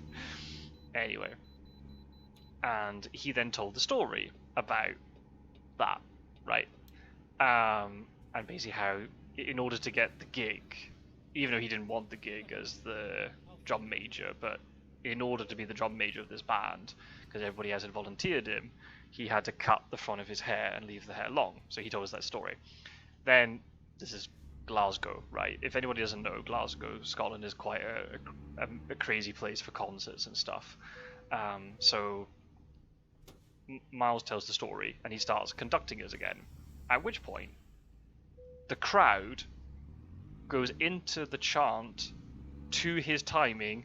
They all went into a chant and said, "Cut your fucking hair, cut your fucking hair." And eventually he caught on to it, and he just stopped, and he was like, "Oh, really?" That's what happens. Never ever show like a weakness or something like that to a crowd in Glasgow, because they will just run with it. But it was funny. He took it in good spirit. It was very, very, It was very funny. Anyway, I kind of butchered the telling of that story, but never mind. Anyway, so Miles had this upbringing with the trumpet. He really enjoyed music, and he did music theory in college, but he had learned to play the guitar. He heard his musical epiphany was listening to Eruption by Van Halen, which anyone doesn't know is a very iconic guitar solo by the great Eddie Van Halen. And oh, I really need to overtake this lorry. 1 second. Anyway, and he used to play in air guitar bands, and he actually this is only a story I learned recently. I thought was really funny. He had an air guitar band with other members of his church when he was growing up, and at some point, I don't know who it was, somebody, not Miles, but somebody suggested, oh, why don't the boys, you know, do an air band, air rock, I guess, 'cause it's not just guitar, they had air drums and air bass and everything, right? Why don't they do a performance for the folk after church? So, you know, just imagine, you know, the scene of everybody at this church watching an air rock band, I guess you'd call it, miming to songs such as, you know, the likes of Judas Priest and all this sort of thing. It did not go down well. Needless to say, they were told under no circumstances that they'd be allowed to do another performance at the church. Yeah. The wrong crowd for Judas Priest and Black Sabbath and all this sort of thing. But there was somebody in the congregation who you could see the passion for it and whatever, and they actually made Miles like a cardboard cutout of a guitar. Well, it wasn't even cardboard, it was actually a wood. He actually was a carpenter, and he made a wooden cutout of a Randy Rhoads style guitar for him. That was awesome. And eventually, I think it was actually Miles' stepdad just said something like, well, just quit the air band and just learn to play guitar properly, and that's what he did. So yeah, then when he went on to play, you know, in college and stuff, he learned a lot about organizing big band, an orchestra, and obviously then got really into jazz. And he had a jazz band when he was young called Cosmic Dust, which is actually on Spotify. Pretty good, and you hear him playing like lead jazz guitar, which is awesome. He had a band called Citizen Swing, which is sort of like this mixture of soul and jazz, but also with rock, kind of like this sort of like swingy rock. I think he was singing in that. So originally he didn't sing. That wasn't. He was a guitar player. He wasn't a singer. But he just basically he couldn't find a singer because he all his bands at the beginning were from Spokane in Washington, which doesn't really have a huge music scene. So he could never find anybody. So eventually, I think somebody just said to him, "You're just gonna have to learn how to sing yourself," and he did. And really heavily influenced by, I mean, the likes of like Robert Plant. He is almost like a modern day Robert Plant in terms of his voice, but really inspired by Jeff Buckley, who is amazing. When I do get around to my desert island, there's no doubt about it. Jeff Buckley's album Grace has to be on there. And I wouldn't have known about that album if it wasn't for watching interviews with Miles talking about it. It's just an incredible album. He's also influenced by Stevie Wonder and the like, right? So, you know, real mix of, you know, a real mixture of vocal inspiration and background. He then also formed a rock band in Spokane called the Mayfield Four, and that's how he got to know the guys in Creed a little bit, because they did do a tour together. But they didn't hang out too much. They weren't like, you know, they didn't. I'm not saying they didn't get on well. I think they did get on well, but they just didn't hang out much. Different schedules and things, and obviously when one of them was on stage, the other ones were having to pack up or having to, you know, get ready for the performance and all this sort of thing. Anyway, so it was at that point when Creed had disintegrated and they were trying to find a new singer. Miles got recommended, and he ended up joining. And it was quite a big sort of risk for him, because the Mayfield Four had disintegrated after a couple of albums just because they weren't as successful as they thought they were going to be. there's a real sort of disillusion with how the music industry works. And especially, I've always heard, I need to listen to the Mayfield 4 more, but I've always heard that their second album, I can't remember what it's called now, is it called Second Skin? I think it's called Second Skin. They put like so much work into that album, and it just didn't take off the way they thought it would. And also, I think it was around a similar time, Miles developed tinnitus, ringing in the ears, because he hadn't used any in-ear monitors, which they now use nowadays in concerts, and he was just listening to, live, the live sound from his bandmates at full volume for years, and it just ruined his ears. And because of the problem with the music industry, and also because of his tinnitus, I think he fell into depression, unfortunately. But he returned to Spokane and was like, right, that's it, I'm not gonna play live music again. Maybe I'll do some maybe a little solo album or something like that, but I'm not gonna form a band. And he actually got contacted by Slash when Velvet Revolver was formed. So if anyone doesn't know, when Guns N' Roses crashed and burned, like many bands do, again because of the singer being a bit of a tosspot, Slash and the drummer Matt Sorum and bassist Duff McKagan, they decided to form another band called Velvet Revolver, and Miles Kennedy's name got recommended probably because of the Mayfield 4. But at that time, Miles rejected the opportunity to participate because he heard the music and he could tell that this was going to be a very, because of the style of music it was going to be, and the way that Slash writes, it's going to be a more sort of like dirty, like sleazy, but then also very energetic, type of rock. And Miles just didn't feel he was going to be capable of doing that. Now, in hindsight, he was very capable. He would have been very capable, but just at that time, he didn't feel like he would be the type of frontman they wanted. He was just feeling maybe a little bit too sensitive at that time. Anyway, so he rejected that. But then a couple of years later, or maybe a little bit longer than that, Mark Tremonti asked him to be an Alter Bridge, and by that point, Miles's life had stabilized, and he was like, "Yeah, I can definitely do this now." So he joined the band, originally as a singer. We'll get onto that in a second. And in 2004, they released One Day Remains. Now,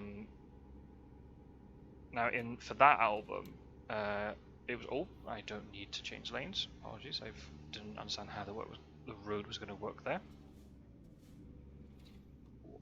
Anyway, so yeah, for that album, Mark Tremonti had written most of the music, and I think he wrote all the music and most of the lyrics. Maybe Miles changed a couple of things, obviously depending on vocal melody and all this sort of thing.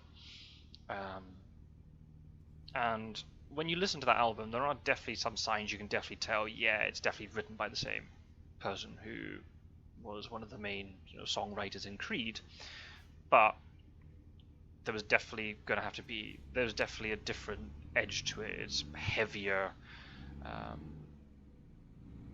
There's a clear sense that they wanted to go in a slightly different direction with this band and not just make it Creed 2.0.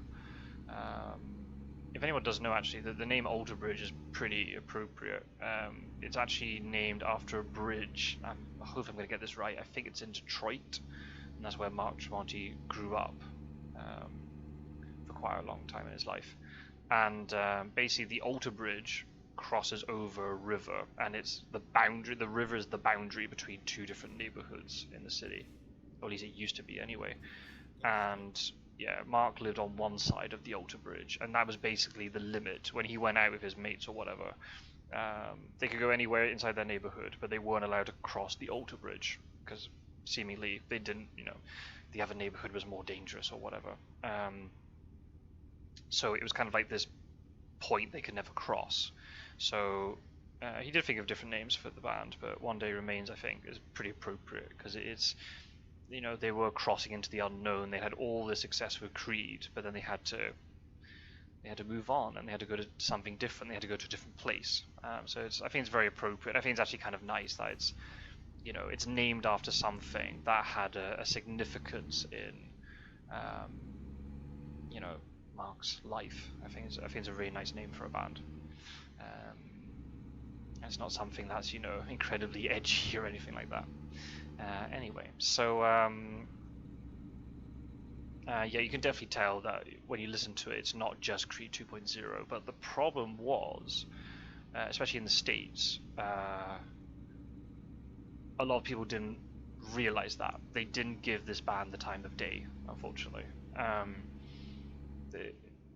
By modern standards, the album sold very well. It sold 500,000 records in the US, which nowadays is amazing. I mean, bands would give, you know, they would give their right arm, you know, for 500,000 record sales. That's insane. On one record, not just a lifetime, but for a whole record, just one record.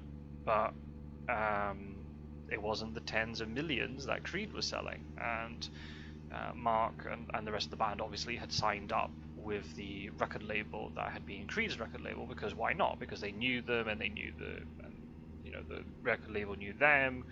They knew the record label. It would be a good deal. But when the record label kind of realized this wasn't going to be the cash cow that they thought it was going to be, basically a lot of tension started to emerge. And at least the stories I've heard, of course, they come from the band, so maybe the record label has a different story. But the way the band tell it is that they weren't promoting the singles properly, or they were refusing to make more promotional singles and all this sort of thing. So the band were getting incredibly frustrated. Conversely, what was happening at the same time was, you know, the band was touring in Europe, and they were really well received. Maybe because there wasn't so much hatred for Creed, because Creed maybe didn't have the same reputation over there. I'm not saying, by the way, that Creed is a bad band. That's why they're getting hatred. It's just typical. It's one of these things. It's when something becomes popular, then there'll be the hate will also intensify. But because Creed wasn't very well known, people didn't know about the whole fallout of Creed that much, and they didn't really care about it. They just saw this band that was, you know, heavy. It had the thing you need to understand about Alter Bridge is it's this beautiful mixture of heavy riffs, but also, you know, melody, and and it takes also a lot of inspiration. Yeah, it takes a lot of inspiration from bands like, I'm not saying it's like Metallica, I'm not saying that at all, but you know, Mark Tremonti grew up with Metallica. That was the thing. That was his musical epiphany, listening to Metallica. It was actually his brother who introduced him to that stuff. So he would listen to thrash metal like Metallica and Megadeth and Celtic Frost and all this sort of thing, just getting heavier and heavier and heavier and heavier. So obviously you hear a lot of sort of metal tendencies in it. But at the same time, you know, both he and then Miles Kennedy later, when he got involved with the songwriting, they're all about melody. And they want, you know, the songs to have a hook, something catchy, especially with the vocal melody, but also with the instrumental side of it too.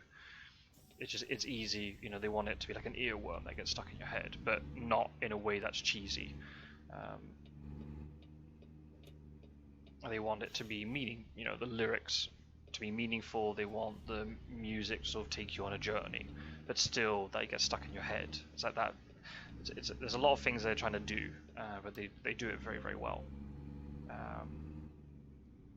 And obviously they take a lot of inspiration from the likes of Metallica and such, but then they take, you know, a lot of influence as well from, you know, the classic rock bands like Led Zeppelin and AC/DC, not directly in terms of the sound or anything, but just, you know, the band is a melting pot of all of these different sort of styles. And I think there's some progressive elements which have definitely been coming in later into their career.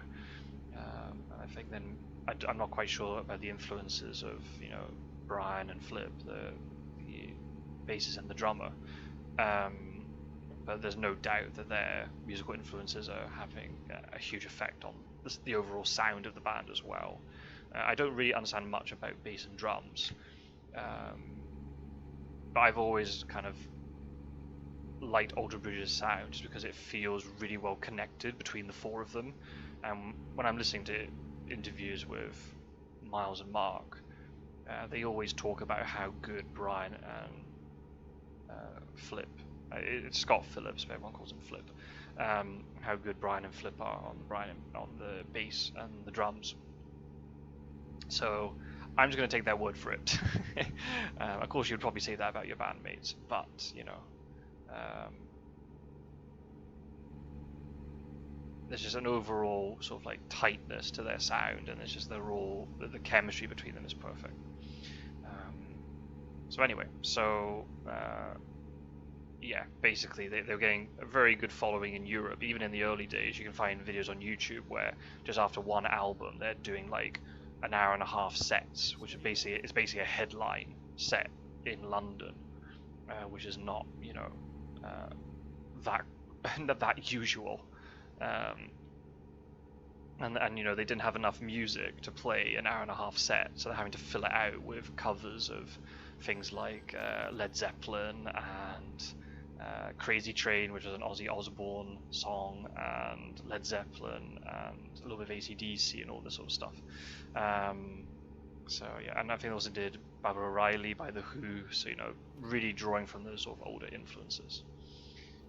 So yeah, One Day Remains itself. I think out of all the albums, I'm going to preface this by saying, you know, any criticism I put towards the songs is not saying that the songs are bad. Quite the opposite. I think there's not one song that I thoroughly dislike. There are, obviously, I have preferences. There are some songs I like more than others, but there's not really one song, at least from, I know they're my favorite band, so I'm biased, but there's not any song that I would say in isolation is a bad song.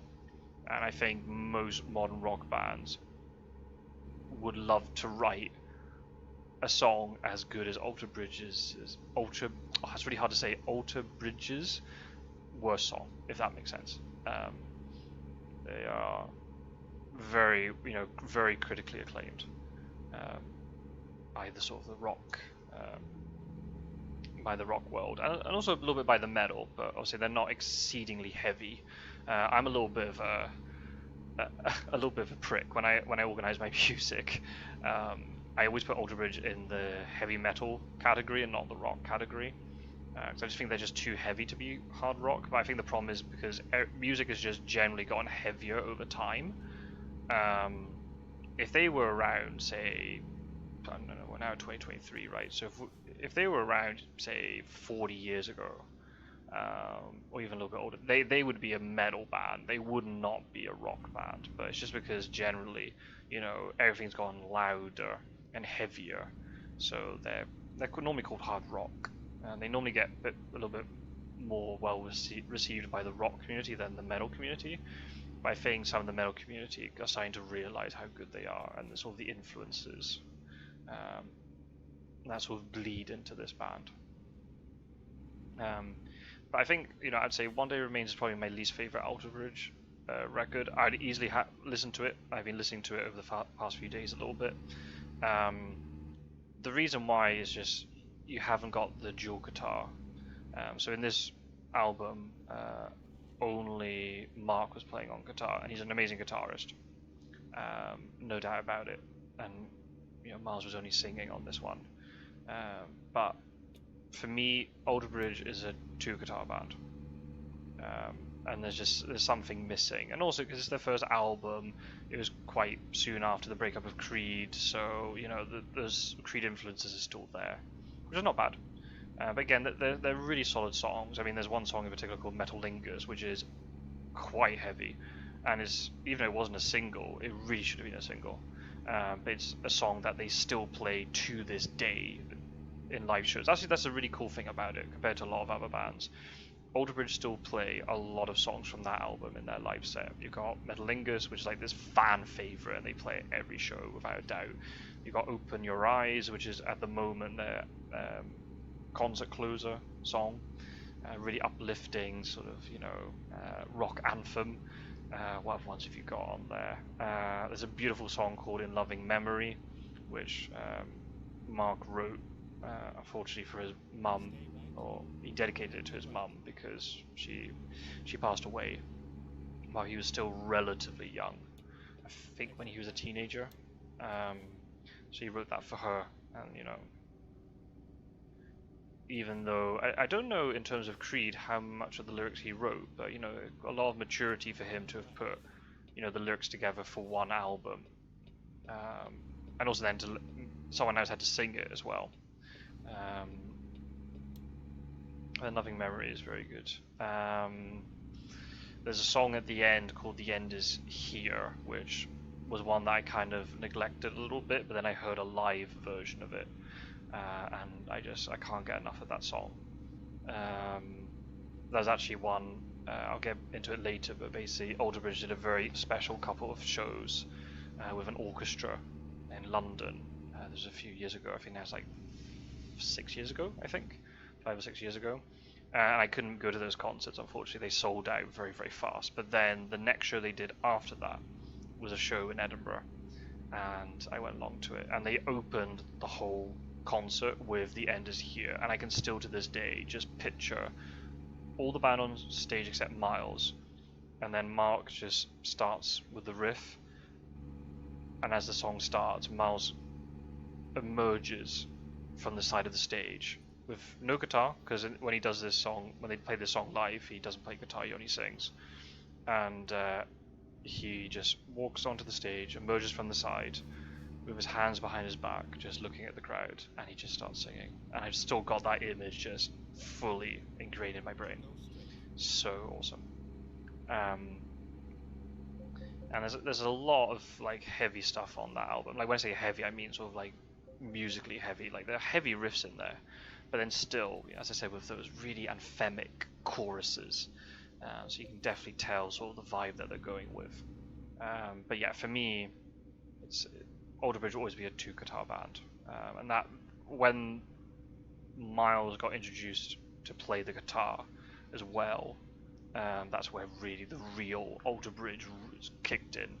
I know for a lot of people, especially people who've been fans from the beginning, they adore One Day Remains, and that's cool. Everyone's going to have their own favorite albums. So actually, the story how Miles started playing guitar in Alter Bridge is quite funny. So he was employed to sing. That was his only, according to the deal, that was the role that he had.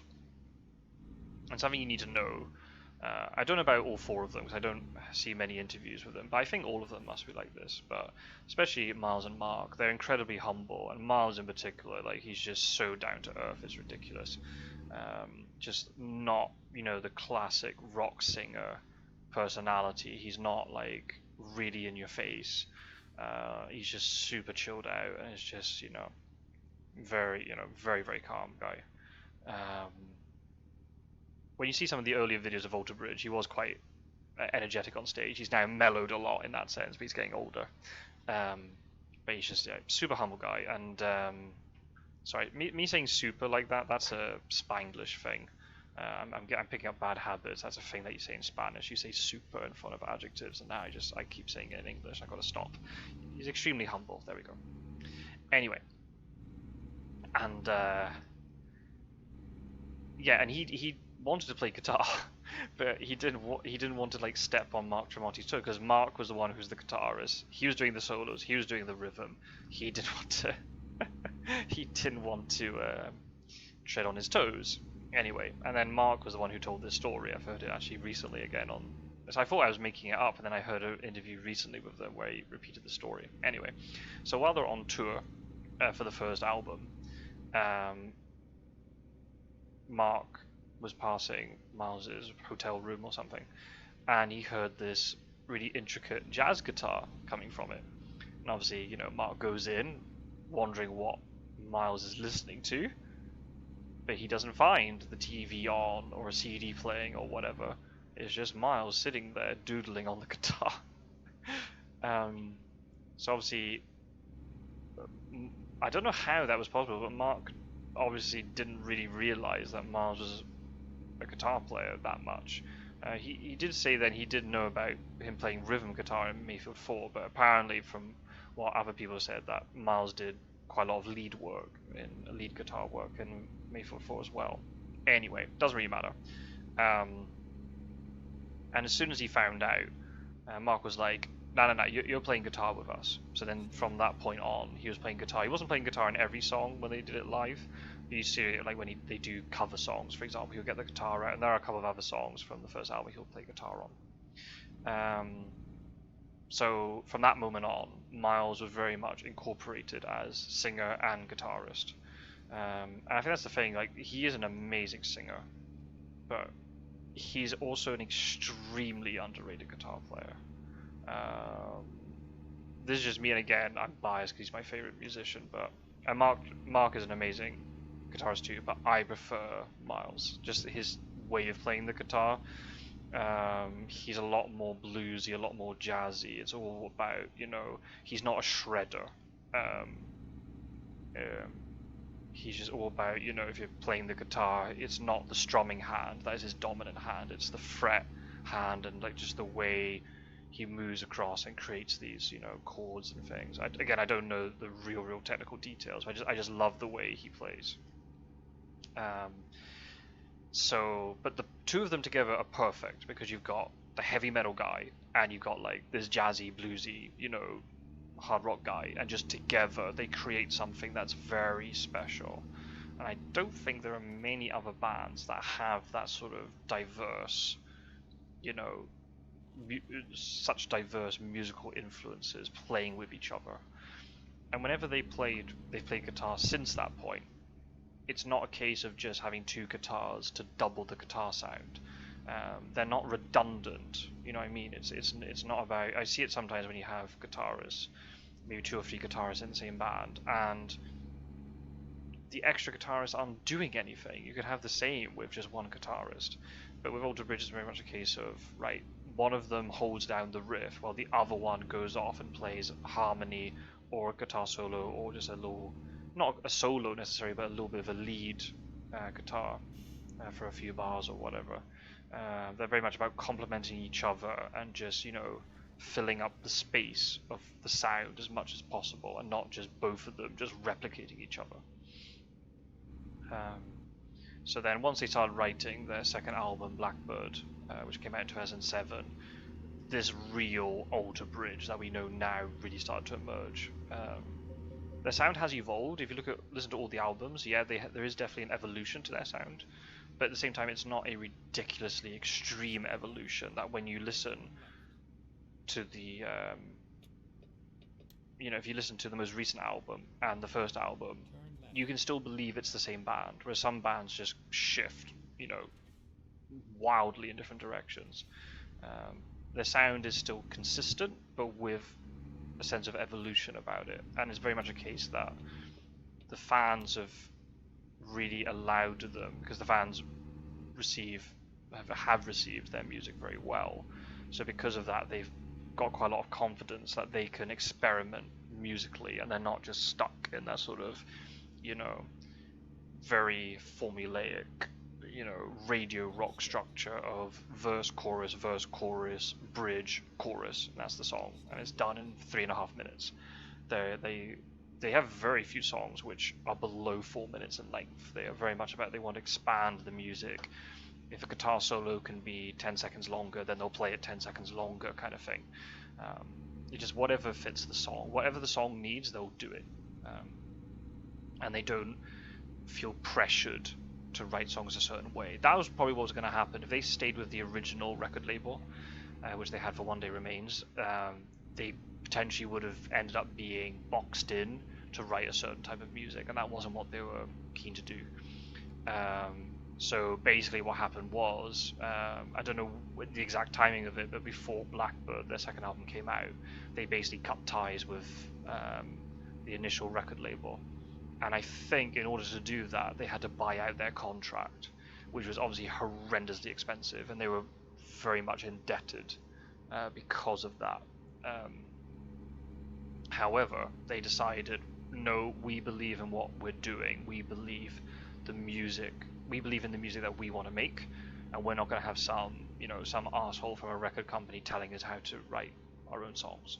So they were like, nope, and they found a new record deal, and you can hear that in there's quite a few songs on Blackbird, which again, the cool thing with their lyrics is that they can be interpreted in lots of different ways. They're not, they're not narrowly focused on a very, very, very, very specific topic, and they're not naming names or anything. So you can apply them to your own life, but there are quite a lot of songs on the Blackbird record which are clearly targeted at their old record company. There's a song at the beginning called "Ties That Bind."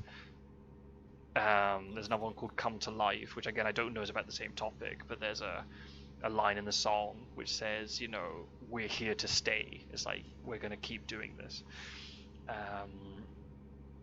And then they got the third song, "A Brand New Start," which is kind of, again, can be interpreted in different ways, but I hear it as like a little bit of a message of like, right, we can wipe the slate clean, we're going to keep progressing with a different record label, or with our identity intact.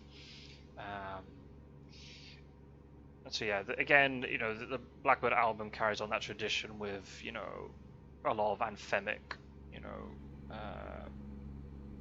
stadium, not radio rock, because again, their songs have never been really commercially viable on the radio for some reason. But in terms of, crowd pleasers, absolutely. There's so many people who still love this album a lot. I mean, I love the album. I love all their albums. For me, it's not the best one they've ever done. I've got a favourite one, which is not Blackbird, but oh, hang on. So I've got to concentrate. Where is this way station? Oh, crumbs. Okay, I have to go. I can't turn off here. I have to take a detour to get to this way station. Oh, this is awkward. I hate to think how many miles it's going to add on. Oh, it's going to make it shorter. Wow. Okay. Sorry about that. Just panicking when the way station is in a weird position.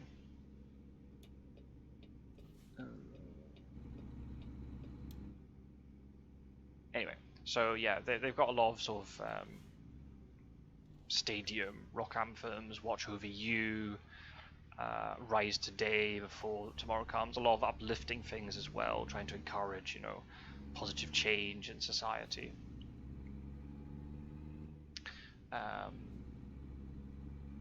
But then the title track of the album, "Blackbird," is their, at least until very, very recently, their magnum opus. There we go, get the word correctly. Their masterpiece. It's almost 8 minutes long, and that is the song of all. It sticks out like a sore thumb on the album in terms of the length, but it really goes to show you that they were planning to do something different, and that they were going to take some risks, and they weren't afraid to do so. And again, it's one of those things where they didn't set out necessarily to write an 8-minute song, but just the music developed that way, and you hear them talking about it when you see them in interviews explaining how that song was written.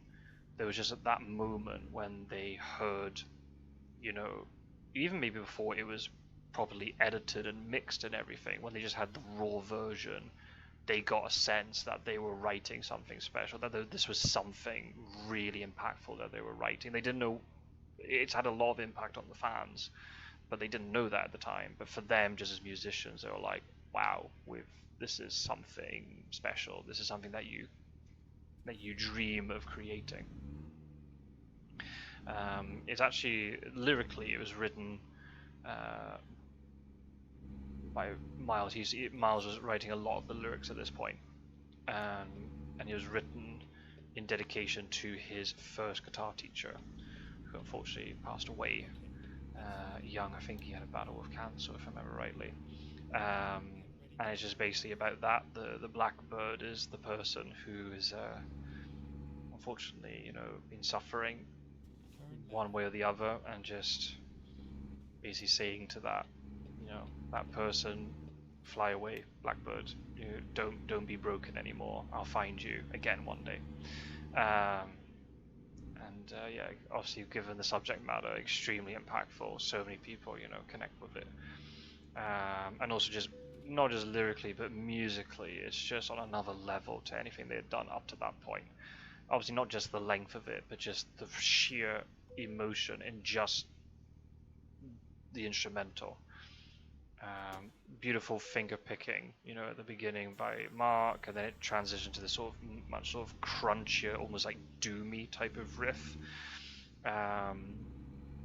So it has these, these darker moments, these lighter moments in the song, and then the guitar solo is Miles doesn't play a lot of lead guitar on this record, but he does it here, and they basically do it where Miles plays a solo, and then immediately after Mark plays a solo. So I don't even know how long the solo is.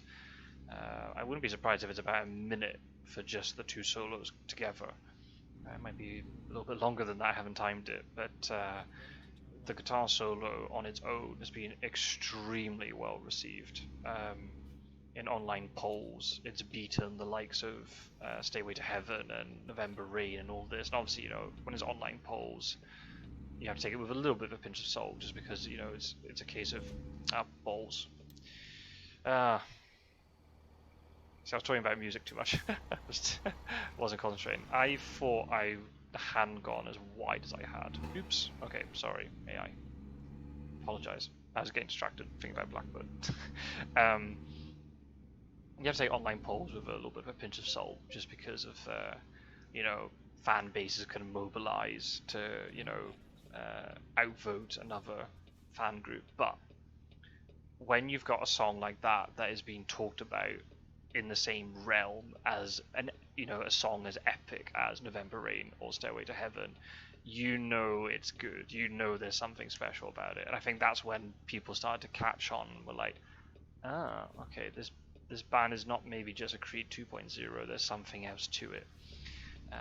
But in Europe, it was really taking off. The States were unfortunately still lagging behind, and I think they're still lagging behind to this day. But definitely now in the States, you know, people are definitely more aware of what Autobridge are about.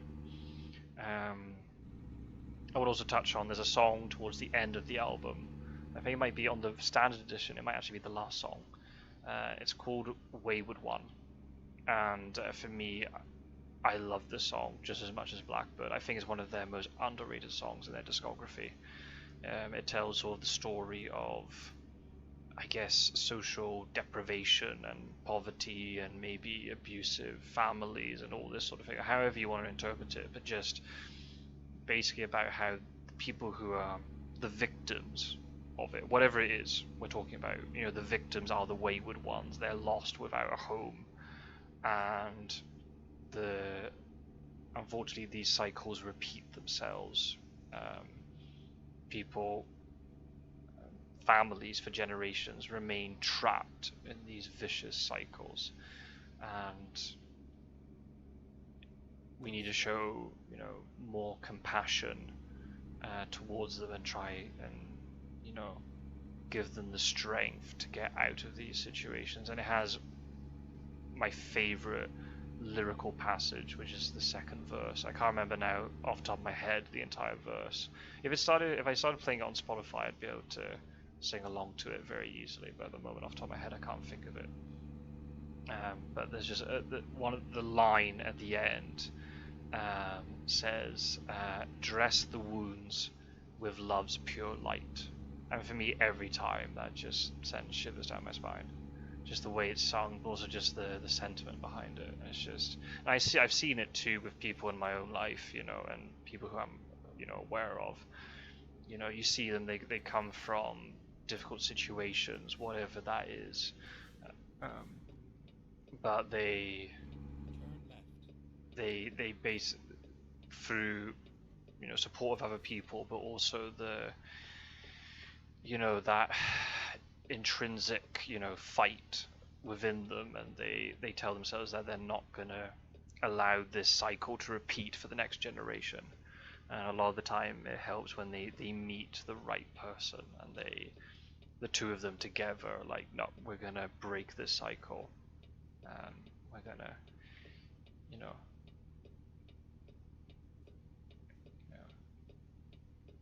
not forget the negativity, but, you know, harness all that energy and do something good with it. And it's a song that I really connected to. And it's a song that initially at the beginning maybe I would have slept on it a bit. I would have preferred some of the heavier stuff at the beginning, but just over time that's grown to be one of my favorite Ultra songs.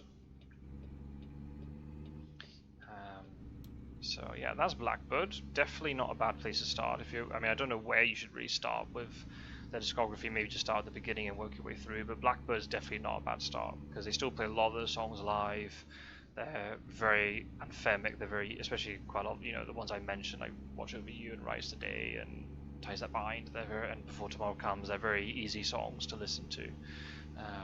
They got these very, like a lot of their songs, very melodic, infectious choruses. Then, for the next album, things take a bit of a shift in terms of mood. I think I talked about it in maybe one of the previous episodes, but not in much detail. The next album, which is called AB3, maybe not the most original name, but never mind.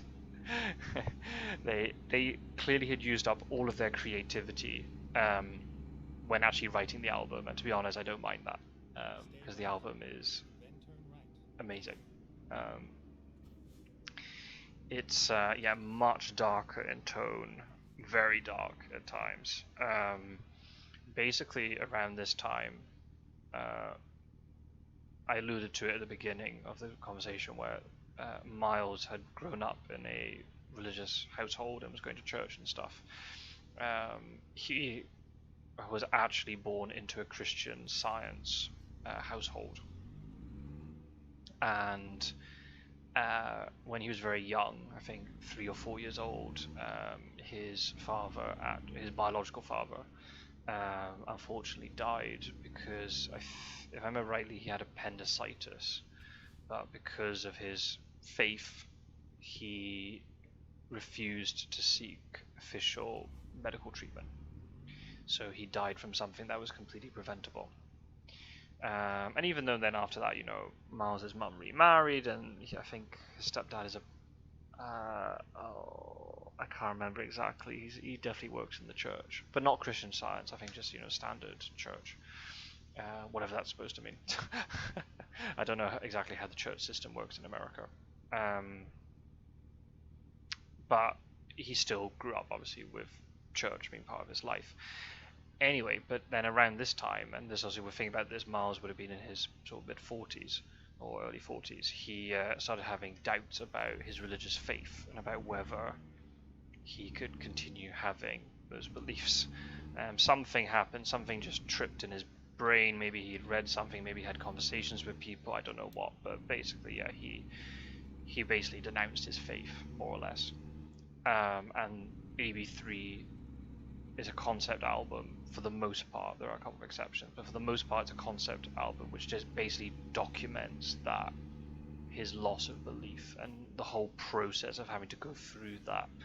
And so you can imagine it's a very dark record in terms of having something as fundamental as your faith suddenly disappearing from your life, and sort of like the scales falling from your eyes type of moment, and just the conflict that must be running through your brain trying to process this different way of thinking and all this. It must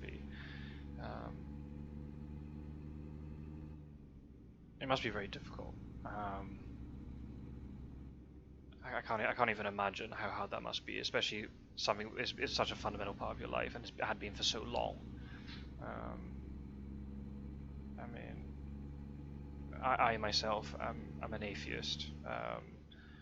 I guess I wouldn't say I had a religious upbringing. I think that'd be a little bit disingenuous to say so. My parents weren't very religious, but obviously because of just school in Scotland, they taught the Bible and this sort of thing. So I guess I grew up believing that there was a God, but not that I would go to church necessarily. But then there was just a point in my life when especially because I was really I still am. I studied science, and there's a part of my life when I was in secondary school. I just kind of it just didn't make me personally, right? It just didn't make sense to me how there can be a God, but then all this complex science exists. For me, I just can't believe it could be created by a creator, if that makes sense. I know there's still a lot of there's still a lot of theories that we don't know in terms of the true origin of the universe and all this sort of thing. I mean, there are theories obviously, but just for me, this is just me personally. I can't with any sort of sincerity sit here and be like, oh yeah, it was created by a creator. For me as a scientist, I feel like that's the cop-out answer. That's just me personally. You know, I'd rather be honest and say I don't know where the universe came from, but you know, as a scientist, you want to, you know, you dedicate your life to trying to find out why, or trying to understand things about the world you live in, rather than just saying an easy answer, like a god made it, a god made it. But that's just me. There are lots of other reasons why I don't believe in. Now that I've thought about it more in my head, there's a lot of other reasons why, you know, religion isn't for me. But ultimately, you know, people can believe in what they want, as long as they do it in a way that's, you know, peaceful and respectful, and you don't use religion as a tool to, you know, wage wars, or you know, condone violence towards other groups of people. Then, you know, you can believe in what you like. Whatever allows you to have, you know, have a bit of peace and solace with this complicated world that we live in, then, you know, you can believe what you like. But anyway, so yeah, Miles went through this sort of this, you know, very complicated phase where, you know, basically denounces religious faith. The loss of his father actually spawned one of his other best musical creations, but I'll talk about that another day. I feel like that deserves a video on its own, or at least a different segment. So yeah, AB3, very, very dark.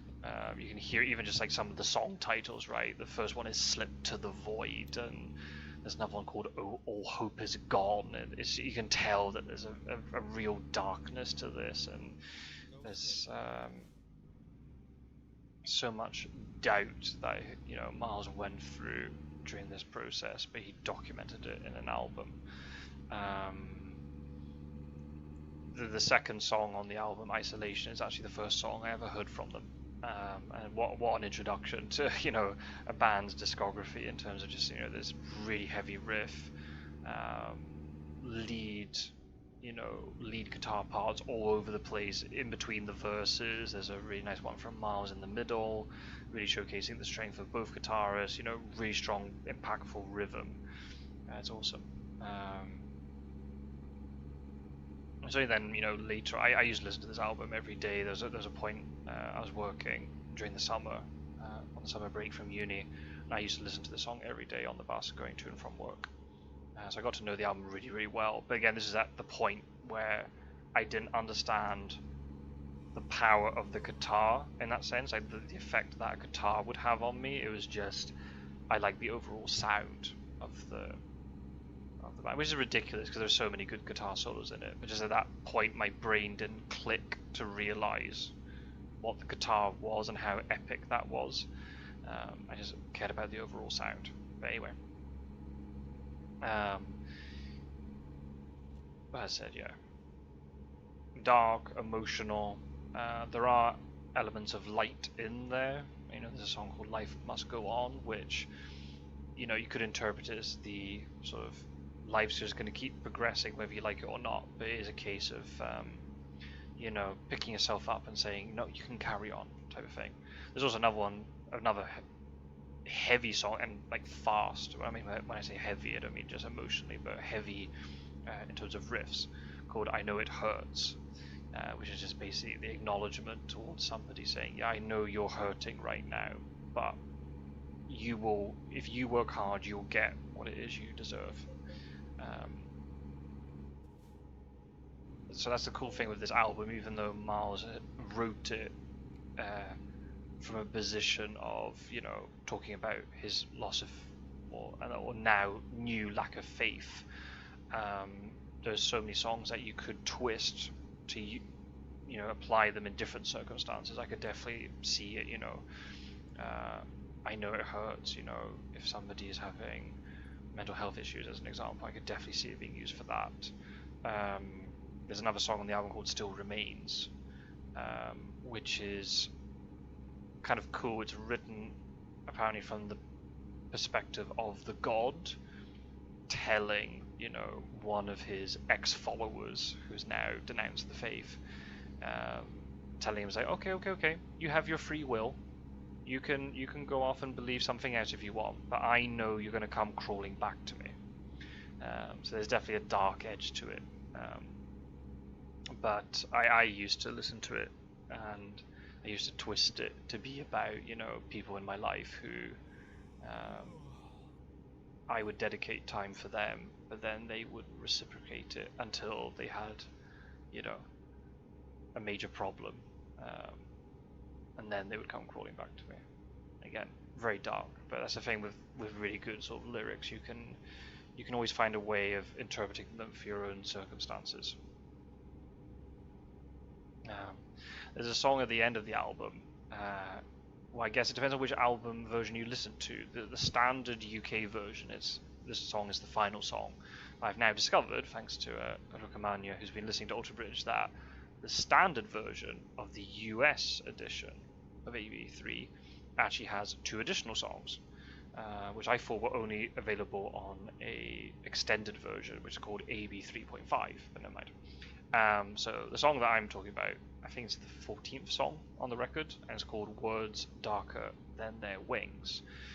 And the song doesn't have much connection with the lyrics as far as I'm aware, but the song is basically a duet between Miles and Mark. It was a bit unusual because Mark had been doing backup vocals up until this point, but there's actually a time where he actually does lead singing, so the two of them have a singing duet. And the idea of this song is based upon the conversations that the two of them had, and basically they're both talking about the existence of a god.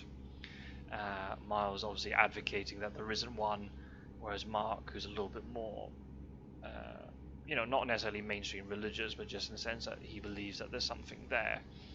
He's telling him, no, don't give up hope, there has to be something there, we can't be alone in this world. And then they both unite with each other for the chorus and say, well, basically one day you'll find the truth, you'll find truth alone. And it's a beautiful song, and it has this sort of like cult sort of aspect to it in the community, because they had never played it live until they did the song, or the couple of concerts with the orchestra in London that I was talking about before. And in particular, there's a very high note at the end of the song that Miles was very, very scared to perform, and he did it live and absolutely nailed it. And you can find it on YouTube because the band released it as an official video, so you can watch it. It's amazing. I actually prefer the live version compared to the studio version, because in the studio version it sounds like there's some lead guitar work going on that kind of mixes with Miles's voice, whereas in the live version, because they couldn't incorporate so many guitar layers, you just hear Miles's voice just pure as it is, with no guitars trying to interfere with him, and it's amazing.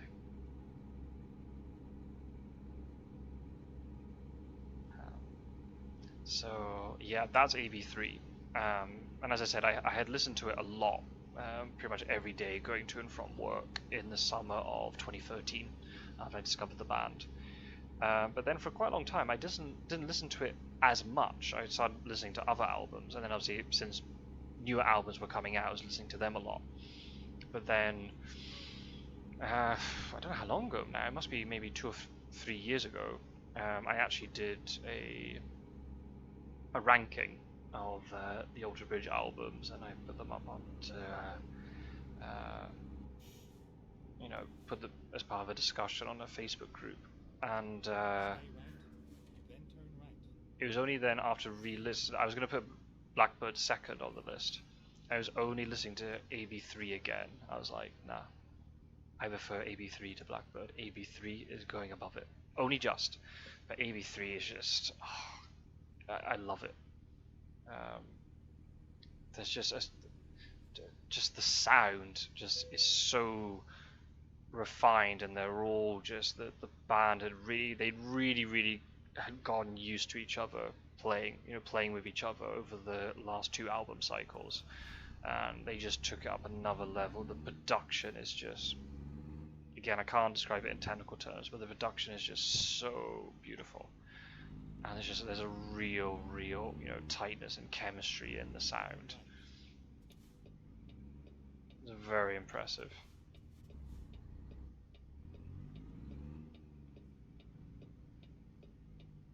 Okay, where are we anyway?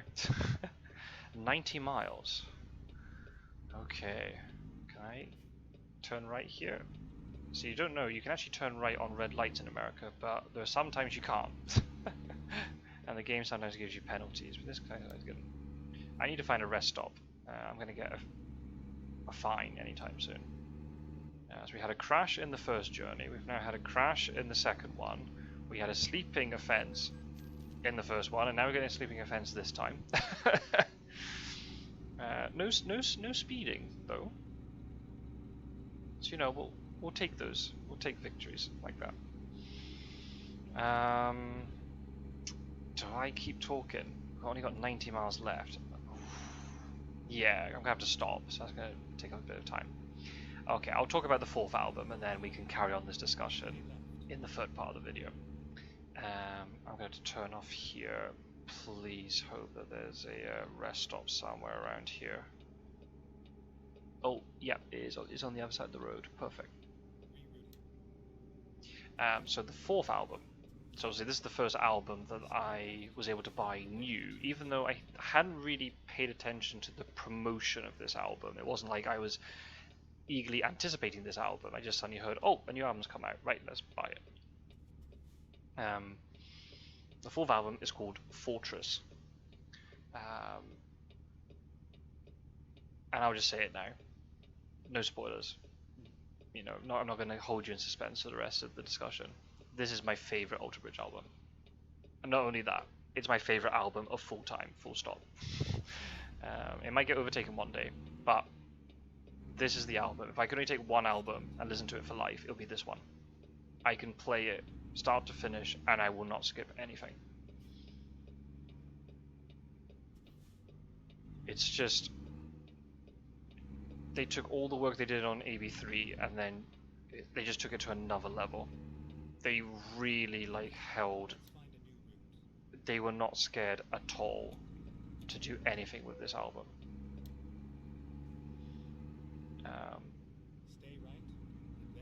The album starts off with a 6.5 minute, I think, opening song called Cry of Achilles. That on its own tells you what you're going to listen to. This is not going to be an average, hard rock album. This is going to be something a little bit different. This is going to be something very, very special. It starts off with this just gorgeous acoustic guitar intro by Miles, and then it kicks in, and there's time signature changes all over the place. There's even a section where it's just bass only. It's just amazing. And I've now actually learned very recently that the title has nothing to do with the lyrics. It was a holding title. When they're writing their songs, they have placeholder names for the song titles until they can work out what the song title should be based upon the lyrics.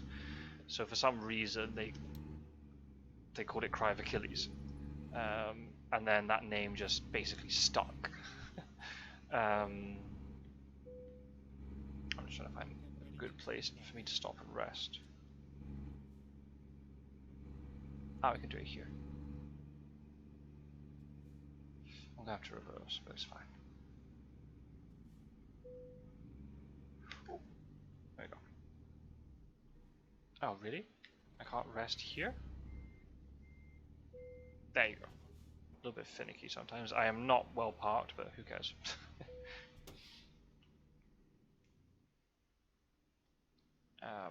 What was I saying? Oh yeah, Cry of Achilles. Yeah, it has nothing to do with the lyrics. It's just basically the whole song's about how through adversity, there we go, if you look in the right place, there'll always be something beautiful and positive for you to hold on to and to strive for.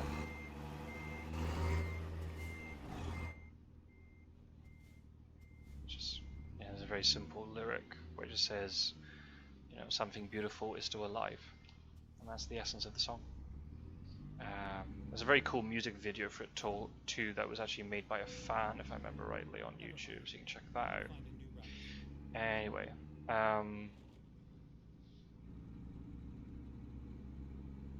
so yeah, that just sets the tone for the whole record, and it's a perfect, you know, front cover basically for it.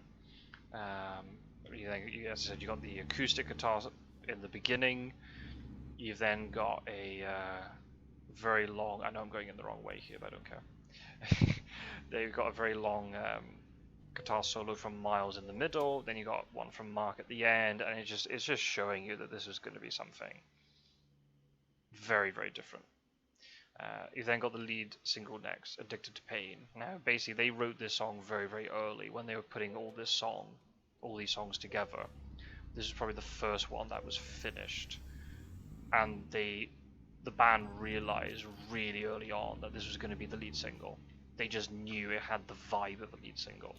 So what that basically did was, because they finished that so early, and they had that lead promotional single locked down, that gave them the confidence to then be more experiment a lot more on the rest of the album, and they weren't having to constantly find the single. Because as that happens, they were saying that how if you don't have the promotional single, you know, if it's not really obvious at the beginning, what can happen is then you kind of get, during the whole writing process for the other songs, you start stressing that you haven't got that lead single, and you just basically end up writing lots of single-esque songs, but maybe they're not that, you know, you're not being as creative necessarily.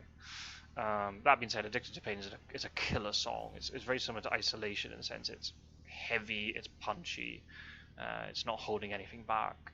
Again, really long guitar solo in the middle.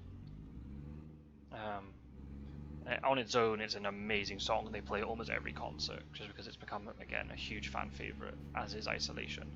But because they'd completed that song, they knew that they could go in with a lot of confidence for the rest of the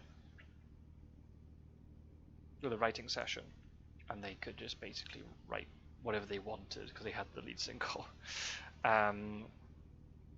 The third song, I'm not going to go through all the songs, but just there's so many epic ones, and these are obviously the bits. I should have said it before. I'm clearly spoiling the albums a little bit, so obviously if you don't want to listen, then you probably would have turned off about an hour ago. The third song, "Bleed It Dry," it just joins in just where "Addicted to Pain" leaves off. There's very little gap between the two songs. It has this really, again, aggressive sort of chugging type of riff, and you hear sort of like these lyrics in the beginning, almost like apocalyptic, like I can't remember, it's like seas or oceans rising and mountains crumble and all this sort of thing. But it goes off in a completely different direction in the middle section. All that heaviness with the main verses and the chorus just goes away, and it goes silent, and then this almost, again, as I said, like almost jazz-like picking pattern, jazz chords just come out of nowhere and just goes in a complete 180, and it creates this perfect sound bed for Mark to play probably arguably his best Alter Bridge solo, which is ridiculous given the amount of amazing guitar solos he has, and we're comparing it to Blackbird, for heaven's sake, but it's just this bluesy solo with so much emotion, and the way it's like this crescendo at the end, it's just incredible, and then it kicks back into the chorus again, and it's just awesome. I could listen to Bleed It Dry all day. It's, again, this album has grown on me a lot. When I first listened to it, I was a bit, because I never, even though it's not progressive, it's not Dream Theater or anything like that, but I hadn't heard anything like that.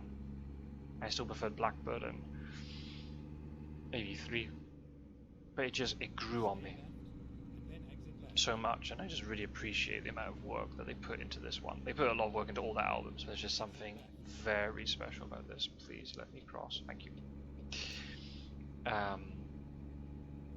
And then again, the album goes in a different direction with Lover, which is the fourth song, and it's one of those where you hear the title, and you're like, oh, are Alter Bridge playing? You know, are they doing romantic songs now? Nope. It gets very dark, and I must admit, I really like moody Alter Bridge. There's normally from that point on, there's probably about one song per album, more or less, that kind of fits that vibe, and it's just, you hear the lyrics and the way the story, you can kind of tell it is about lovers, but it's about, I always interpret it as about a crumbling relationship, and just the way it then just twists and becomes almost quite nasty at the end. There's a song that's very similar, not in the same way, but there's a song that Miles did with Slash that is called Lost Inside the Girl, and again it's very similar in terms of vibe, where you when you hear unbelievable. Why am I getting the crash offense for that? That AI just basically slammed into my lane for no reason. He could have just stayed in the outside lane, and there was nothing wrong with that. That was not my fault. I've been incredibly unlucky. I think the only crash I've had that was, I think, legitimately my fault was the one where I pulled out that junction, I hit the car. That one, I admit, that was my fault. I went too wide. I didn't brake, but that one was not my fault. Not lucky. Never mind, I'm not re-recording this for the 8th time. Yeah, so there's a song called Lost Inside the Girl, which is again one of these where when you start listening to it, same as Lover, you can tell, okay, yeah, it's a bit moody, but not in an extremely dark sense, and then just suddenly with like the last verse or the last little section, it becomes incredibly dark, and just when you first listen to it, you're like, oh, okay, and then just the outro, and it's just I love it. I mean, I could talk about all the songs, to be honest. I mean, Uninvited has arguably the heaviest bridge section. It's just so gnarly. I'll just play the bridge section just over and over and over and over, and it's just awesome because the bass and Mark's playing is just bringing this really deep sound, and then you've got Miles. I wouldn't say it's harmonizing, because it's not harmonizing. He's playing incredibly high-pitched notes over the top of it, and it just creates this sound that is just so bombastic. It's just awesome to listen to. What else? Oh, good grief, I could talk about the whole thing. Pieces Broken is a great song. That could arguably be a radio single as well. Very catchy.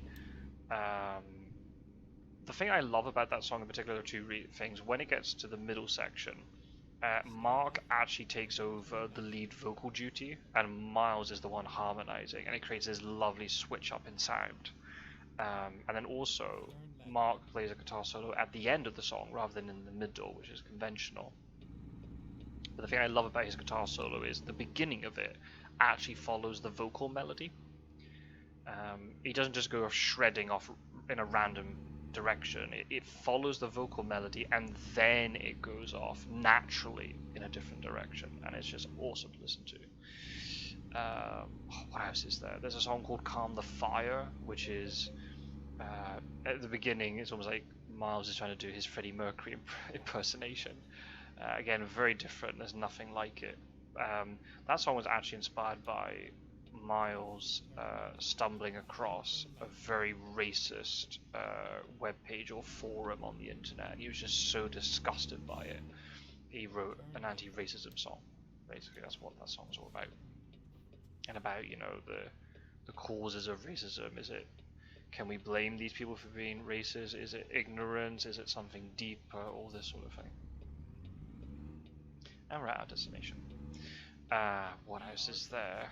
There's a song called Waters Rising, which is actually Mark's first occasion in which he does the entire lead vocal duty. In words darker than their wings. He was sharing it with Miles, and he does harmonize with Miles sometimes. But this is the first time where he takes over the entire vocal duty. And yeah, Miles does a little bit of harmonizing here and there, but it's mostly Mark. And for me, out of all the songs, they've done it before. There are two other songs, which I'll talk about in the next segment, where Mark is doing the lead vocals. But out of all three songs, Waters Rising is my favorite. And it tells the story of this, he calls it a fictional apocalypse, but to be honest, with all the stuff going on, with all the, crazy storms and climate change related things, which have been in the news recently, I would argue it's not really fictional. There's a lot of stuff that you're definitely seeing playing out on the world stage right now. There's a little bit of positivity towards the end. There's a song called All Ends Well. Farther Than the Sun. That's a song that I just constantly listen to, just because, again, is another one, really catchy chorus, and the way the song swings, the riff is swinging from side to side, and they have a back-to-back guitar solo like they did in Blackbird, but this time Mark playing first and then Miles plays second, and it's just awesome to listen to. I can listen to that over and over. And then you got the last song on the album, which is Fortress, and I think that again really finishes the album off well, the way that Cry of Achilles started it. It's the longest song on the record. I think it's about, it's close to the 7-minute mark, I think, if I remember rightly, 6.5, 7 minutes. Again, very similar to Cry of Achilles, goes off in different directions, different time signatures. Miles and Mark do a trading double solo in the beginning. So you got Mark playing a solo first, then Miles, then Mark, then Miles, and then it just comes to a halt. And then it's all brought back up again for the chorus at the end. I just love the sentiment of the lyrics too. It's all about, it doesn't matter what it is. You can this fortress, you can interpret it as, anything you like. It could be a relationship, it could be, organizations, or anything it is, anything you want to interpret by it, but something that you believe in as being invincible and indestructible and steadfast, and it can withstand anything, suddenly just crumbles in front of your eyes, and just the turmoil that causes and the consequences. And it's perfect too, because the album's called Fortress, and the album cover, you'd expect it to be something, as I said, something indestructible, like the strongest castle wall you've ever seen in your life. But instead, the image on the cover is just an abandoned shack, basically, in the middle of a deserted wasteland. And it really just, a lot of the album is kind of true. It's about, opening your eyes to reality. And then how are you going to deal with that? Are you going to accept it, or are you going to push forward? And it's quite a lot of the songs still give you that positivity and that, come on, you can fight, you can survive, and you can do anything. So that's the thing with Volta Bridge. They always want to mix the dark with the light, the good with the bad. It's all that sort of that yin yang stuff. In that sense, there's a bit of good and bad in everything, and you have to decide what you're gonna basically take from it. Okay, that was somewhat perfect timing, not extremely perfect, but that will do.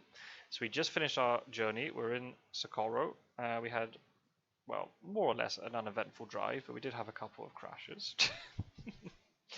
But that's okay. I'm enjoying just talking to you all, and I know, true. I am recording later at night. If I was recording during the day, I'd be a little bit more awake, but you have to forgive a couple of crashes. So yeah, I don't know actually. Well, I'll come back and record the next part, maybe tomorrow or in a couple of days' time. Can we get some jobs going to Texas, I wonder? We don't want to go to Washington or any Texas. Oh, that's the sort of job we want to do. 900 miles going to Corpus Christi. Yeah. Or Laredo, I guess that's how it's pronounced. Oh yeah, that's from the latest World of Trucks event. Okay, so it's possible that we can get maybe a job or two to somewhere in Texas. So if we can get something like Corpus Christi, I'll be really happy if that's the case. So that's what we'll aim to do. Oh, Houston. Oh yeah, that will do. Yeah. I'll take that. Anything like that would be perfect. Excellent. So that's what we're going to do next time. We're going to drive into Texas and I'll showcase the new Texas DLC for you. When I say new, I think it's actually been out for quite a long time, but I bought it recently, so there you go. And it looks like my OBS has been behaving itself, so that's good to see. So yeah, I hope you've enjoyed this little segment. Obviously, in the third part, I'm going to carry on with my Alter Bridge discussion. We've gone through 4 albums. We've got 3 left, and by the time we do that, then I think we can just chill out and just have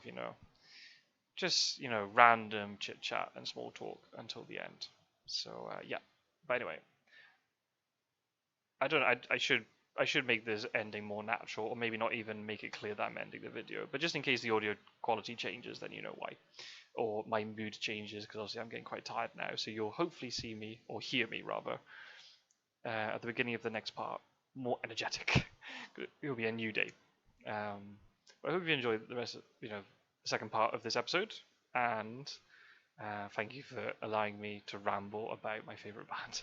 Hope you've enjoyed it. And yeah, if you start listening to Alter Bridge, feel free to leave comments below, or you can message me privately in Discord or whatever. If anything, sort of piqued your interest. Yeah, and I'll see you in a second, I guess, for the third part, and most likely the conclusion of this episode. Thank you for watching. Okay, I'm back. Here we go for the third part of this. I realize it's going to be a very long video. It might be towards 4.5 hours at this point, but yeah. Because we've had about 3 hours so far, I think, more or less. Yeah, about 4.5 hours by the time I'm done. So anyway, it's a new date, and I've just picked the job. So we better go and pick that up ASAP. Oh, is it actually right here? It is. I literally just have to turn around and it's right there. Awesome. We are going to go to Texas. We have got some LPG, and I'm going to try and remember what that is. Light petroleum gas, is that how it's called? Don't remember. LPG, anyway.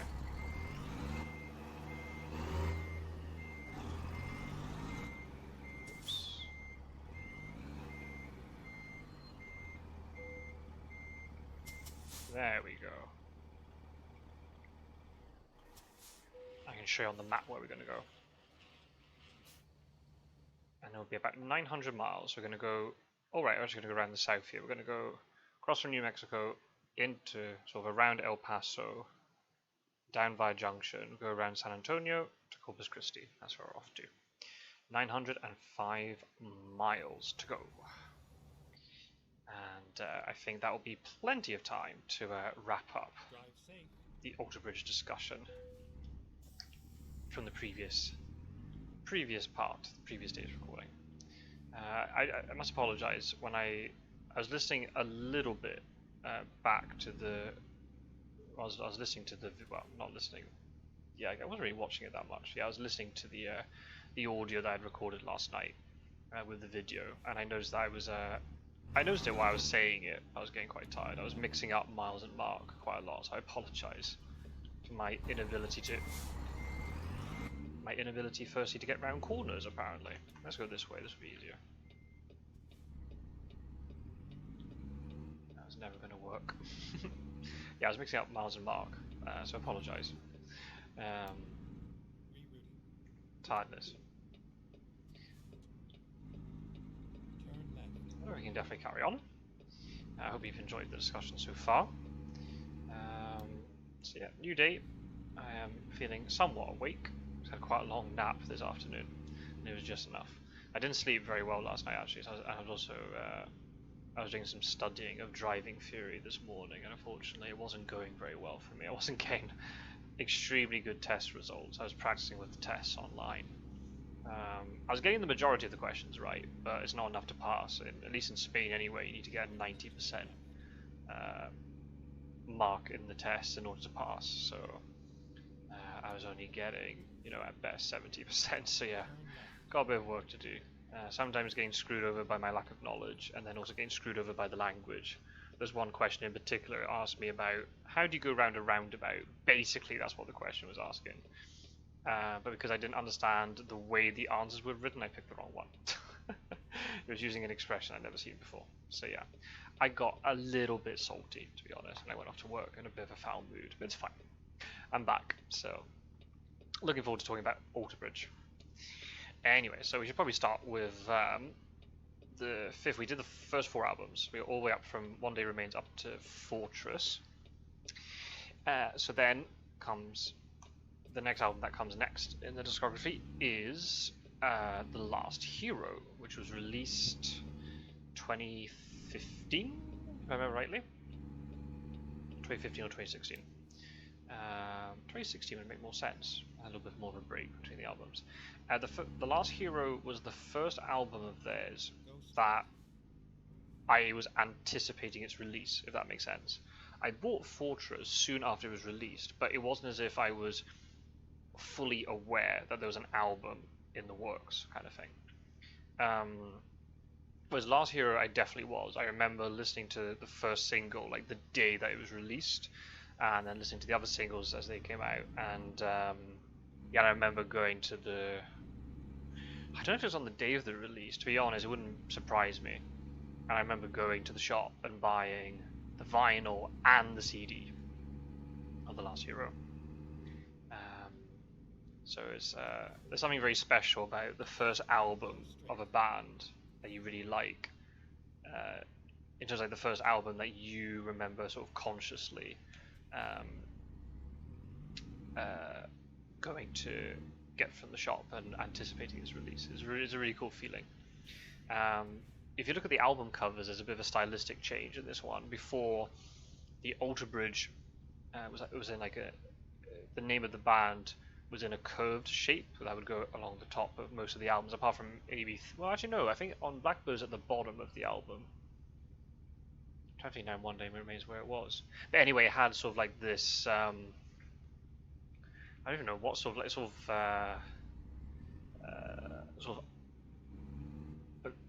bus. Hello. You're supposed to give way. Anyway, it had this kind of, I don't even know what sort of font it was, sort of like this sort of arty, sort of artistic, gothic type of font. Especially on the A for Alter Bridge and then the last E of Bridge, they were bigger and stylized and curvy and everything. But then for this album, they changed it. We had the same style, but the letters were just all the edges were square, if that makes sense. All straight lines, nothing curvy or anything.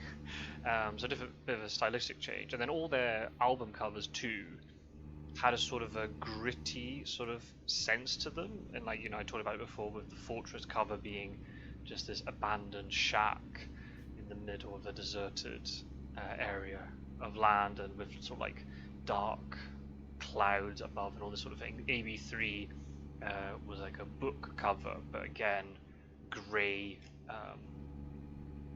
book cover. Blackbird has the image of the blackbird, which has now become very popular with the fans when they go to get tattoos and all this sort of thing. Then One Day Remains actually shows a bridge, which I assume is meant to represent the Alter Bridge that I talked about before. But The Last Hero is very different. It's a lot more in your face, the album cover. It shows we assume a guy looking in the right side of the album cover, looking, I think I get this right, well, looking ahead, but we're seeing the side of his face. And there are all these arrows raining towards him, with the title The Last Hero across it. So it's really different, very sort of like in your face. And I think that sort of represents the album quite well, to be honest. It is an album that is very, I'll use the word bombastic. It is very, again, I think this is the thing with this album. I'm going to say it now, I mean, I love the album very, very much. But I think if I was to start throwing a little bit of criticism at it, it would be that it's just a little bit, it's almost too much like a wall of sound.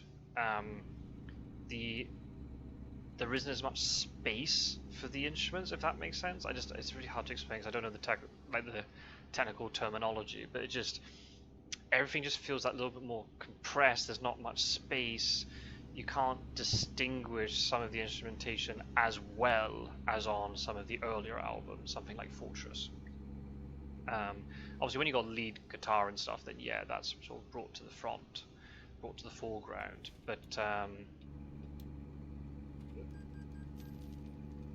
quite a lot of the rhythm sound all kind of blends into one. Oh, and we've already had a crash. Excellent. Not with us though. A truck and a car have collided off the end of the slip road. You see, slip roads are the AI's Achilles heel. So yeah, it's a bit of a shame, and this is something that I didn't realize when I first started listening to the album, because I first listened to it on vinyl, and because obviously anybody who listens to vinyl knows there's a limited amount of space on each disc. So after 2, 3, 4 songs, you have to get up and flip the disc over and then sit back down again, and then it was a double album because it's quite long. It's over an hour, I think, if I remember rightly. It's 14 songs. I think on the basic version it's 13, but the 2 versions I've always had have just come with a bonus song. So I don't know, maybe it's in the States that they had the standard edition, I don't know. The versions I've always seen have been with the bonus songs. Not the bonus song, I should say. Kind of similar to the discussion we had about the different versions of AB3. So obviously when you're listening to it on vinyl and you got that little bit of a break between the different parts, you don't notice it as much. But when I was really,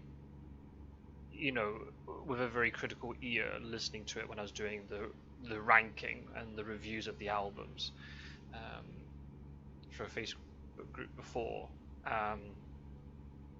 I noticed that it's quite an intense album to listen to start to finish. It can get a bit tiring. I think not necessarily because of the length, because obviously AB3 is quite long, but I don't find AB3 tires me as much. I think the last Heroes, because there's just so much noise in it. Just maybe that's the style that they were going for, but there's the production. I don't find it as clear, which does make it quite tough to listen to at times. But this album, it has just some of my favorite songs, like individual songs on it. Even though maybe it's an album, it's not my favorite. I think it could be improved just by cutting a couple of them. And again, I've said it before, like Alter Bridge's weakest song would most likely be a lot of other bands' best song in terms of quality. But it's just when it's all relative, right? When you see the sort of stuff that Alter Bridge can do, there are some songs where you're like, you could maybe cut that. So the album was, I guess it must have been 2016, because it came out after or during the whole US presidential election cycle. And it's a concept album of sorts, but there are lots of other elements on it. So it's not like AB3 where so many of the songs were really dedicated to this particular topic. The Last Hero is a kind of concept album. It's quite loose. There's lots of other things going on, but there is a general theme throughout the album in terms of a lack of heroes in society, especially in terms of like leadership heroes. There might be people, there's a song called "You Will Be Remembered" on the album, which is a dedication to your ordinary everyday heroes, your police officers, your firefighters, whatever you consider to be an everyday hero. But the Last Hero as a whole concept is looking at how maybe in society we have very few leadership heroes, like people that the whole population can get behind and be like, yeah, this is somebody we believe in. And the thing is, like they were saying, they are not. Again, this is very tricky, and again depends on your worldview and stuff. They were saying that they're not political, and it's not a political album in the sense of you have to vote. If we're talking about the States, you have to vote Republican, or you have to vote Democrat, or anything like that. They're not. They're not painting their colors, on the album. They're not telling you to vote red or blue or anything. They're just saying in general there's just a lack of real conviction in terms of like, you know, the people who are vying for the top job on all sides, and nobody who we can really take much inspiration from. So in that sense, they're not political. They're not telling you to be, you know, left wing, in terms of, especially in terms of like economic policy and that sort, and like telling you which party to vote for. But then when you, the problem is everything's political. You know, the more you delve into it, everything becomes political one way or the other. And if you hear some of the songs I've spoken about before, there's a song which I spoke about, "Calm the Fire," which is an anti-racism song. "Bleed It Dry" from Fortress you can maybe interpret as being sort of not anti-capitalist, but maybe anti-consumerist in a way, because it's talking about bleeding the earth dry of its resources, potentially. That could be one way you could interpret it. So, I mean, those sort of statements are political too. And also then Wayward One of my favorite songs, is looking at, you know,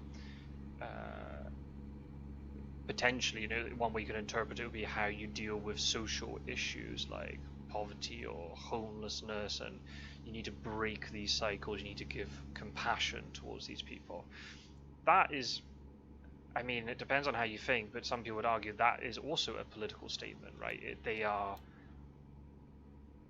quite socially progressive in that sense, that they want, you know, a more equal society for everybody. That is a political statement in a way, but they're not being like really obvious about it in terms of like, you must vote, you know, the Democrats or the Republicans or whatever party would be, depending on what country you're in. So yeah, it's about a lack of heroes. So I'm trying to think what songs on the album would contribute to that theme. The intro track, "Show Me a Leader," which is also the first promotional single, that would definitely fit that. I mean, the title kind of speaks for itself, right? What else?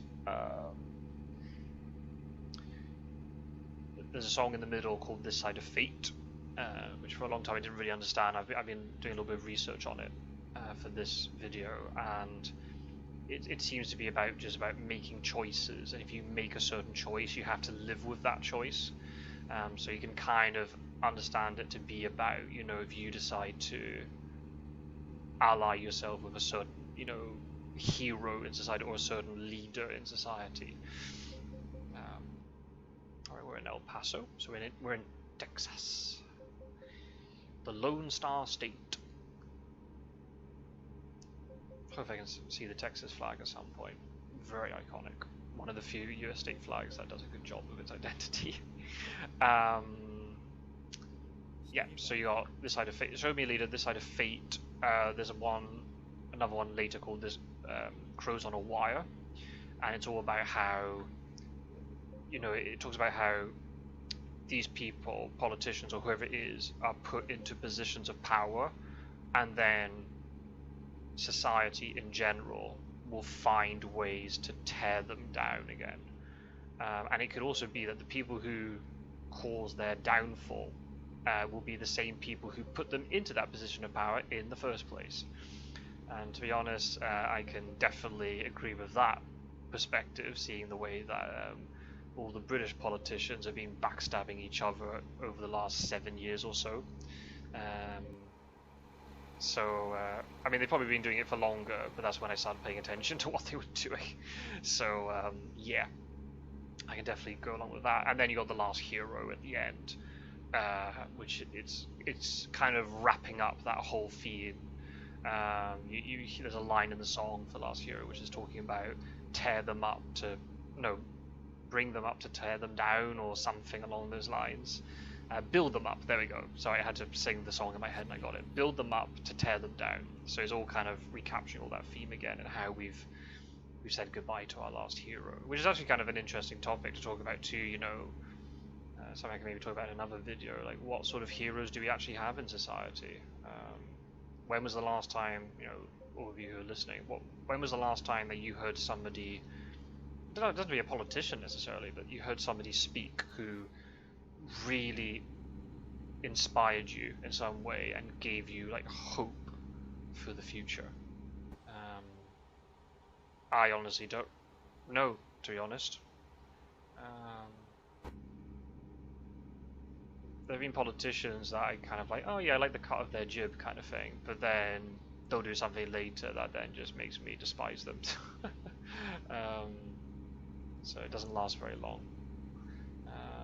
So they're heroes from the past, but from modern day, I don't think there's anybody who, at the moment, you can really get behind. If you disagree, then feel free to let me know what you think. But so you got that general theme, um, and then you've got other songs or scatterings of other themes throughout. So we can quickly go through some of the songs. Show Me a Leader, the first song, which just has this incredible Latin, but also electric, not acoustic, but Latin electric guitar solo from Miles to kickstart the album. It's amazing. And then Mark has a beautiful solo, and the chorus is catchy as hell, and the sentiment from the song is really, really obvious. Fun fact: when that single was first released, it was actually released originally without the guitar solo at the beginning. And it's kind of funny, when it got released, I don't think the band were very happy about it. And then they released it a couple of days later with the solo, and I've never found a version, the original version without the guitar solo at the beginning. I don't think you can find it anymore. I think they banished it from the internet. Yeah, amazing start to the album. Writing on the Wall, again, you would argue a political statement, not in terms of political party, but political in the sense it's Miles's frustration with people who deny climate change. So again, it's kind of maybe potentially, depending on how you interpret it, sort of a continuation of the themes that were expressed on songs like Waters Rising and Bleed It Dry, if that's how you want to interpret those songs. What else have we got? Oh, there's a song called The Other Side. Oh, good grief. This song is just so... The riff, it's a really basic riff that just lasts for a lot of the portion of the song, but it's just... I call it like chugging. I don't even know like how many strings you need to play. Maybe it's just all on top string, I'm not sure, but it's just... Oh, it's like a roar of thunder, that riff, and it just keeps going and going. It's awesome. Not basic at all. Oh, sorry, not complicated. It's probably one of the more basic riffs they've ever written, but it's just, boom, it hits you really hard. And that song, actually, I forgot to mention, because it might interest American viewers.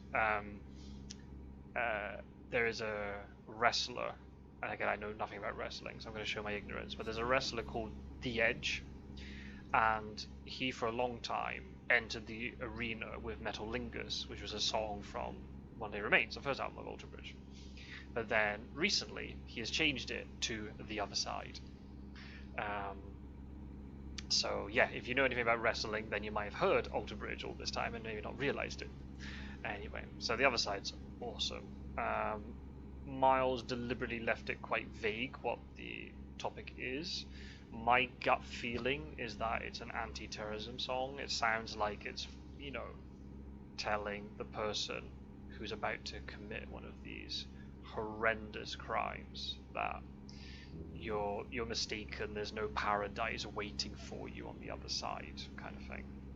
So yeah, very extremely dark, but as I said in the episode yesterday, I really do like dark Alter Bridge, and that song kicks live. It's so cool to listen to. What else have we got? We got My Champion, fourth song. It's got this really nice uplifting track, basically inspired by Miles when he was younger and he was a bit of a, you know, a late bloomer, and you know everybody was telling him, "Nah, don't worry, you'll be fine," right? Trying to give him strength and encouragement, right? What other songs are really impactful on the album? Oh, there's a song a couple songs later called Cradle to the Grave. Now this is a song that is so emotional, they've never played it live. I mean, not nice inspiration, but unfortunately it was inspired by the death of Miles's mother-in-law. She fell ill and then sadly died, and they weren't expecting it. It was quite a shock. But he wrote it from, you know, about the whole brevity of life, and how he's really scared about his parents suddenly they're not going to be around one day. And you can hear it in the two verses. You can hear him talking to his parents and like basically saying, "Don't leave me on this earth on my own," basically. And yeah, apparently when Miles's wife heard it, she couldn't listen to it.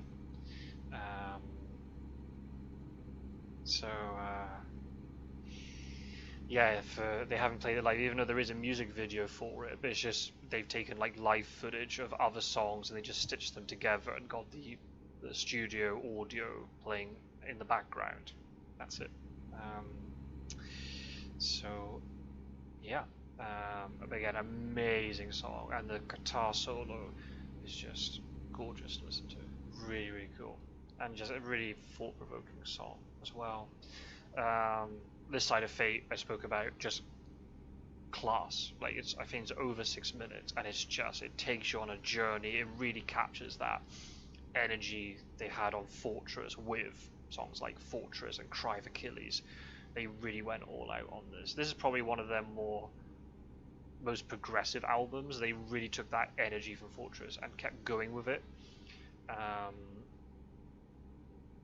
And I think a lot of the songs came from Miles, and he was really creative at that point. They really were at sort of the peak of their experimentation in terms of time signature changes and compositions. And the way that they would write up to this point, the way that they were often writing the songs would be Miles and Mark would write separately, but they wouldn't write full songs. They would write parts. They would have a little verse section or a little chorus or a bridge or whatever, and then they would meet with each other and they would literally stitch all of their parts together. You know, Mark would play, I don't know, say a verse riff, and Miles would be like, "I like that, I've got a chorus that will work with that," and they would just stitch these little bits together like jigsaw puzzles.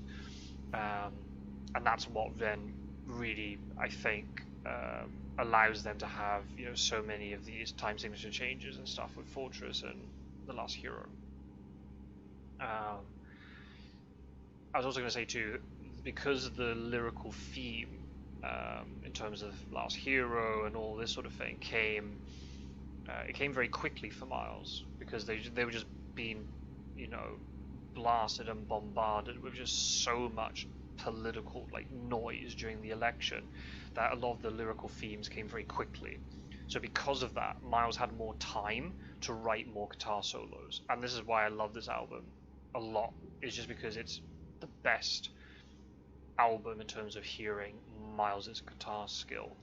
And this would be the album if somebody said to me, "Oh, they didn't know that Miles Kennedy was a good guitarist," I would just give them this album and go, "Listen to the solos on here." Obviously some of them are from Mark, but they're pretty split 50-50, to be honest. I haven't counted them, but they're more or less 50-50, I'd say. And the ones from Miles, he just goes to places that he doesn't normally go with his solos, and they're just so soulful and with so much energy, and it's just amazing. So This Side of Fate, there's a guitar solo in the middle. It's just, I'm doing the chef kiss, you know, action right now in front of the microphone, because it's just incredible. What other songs on there?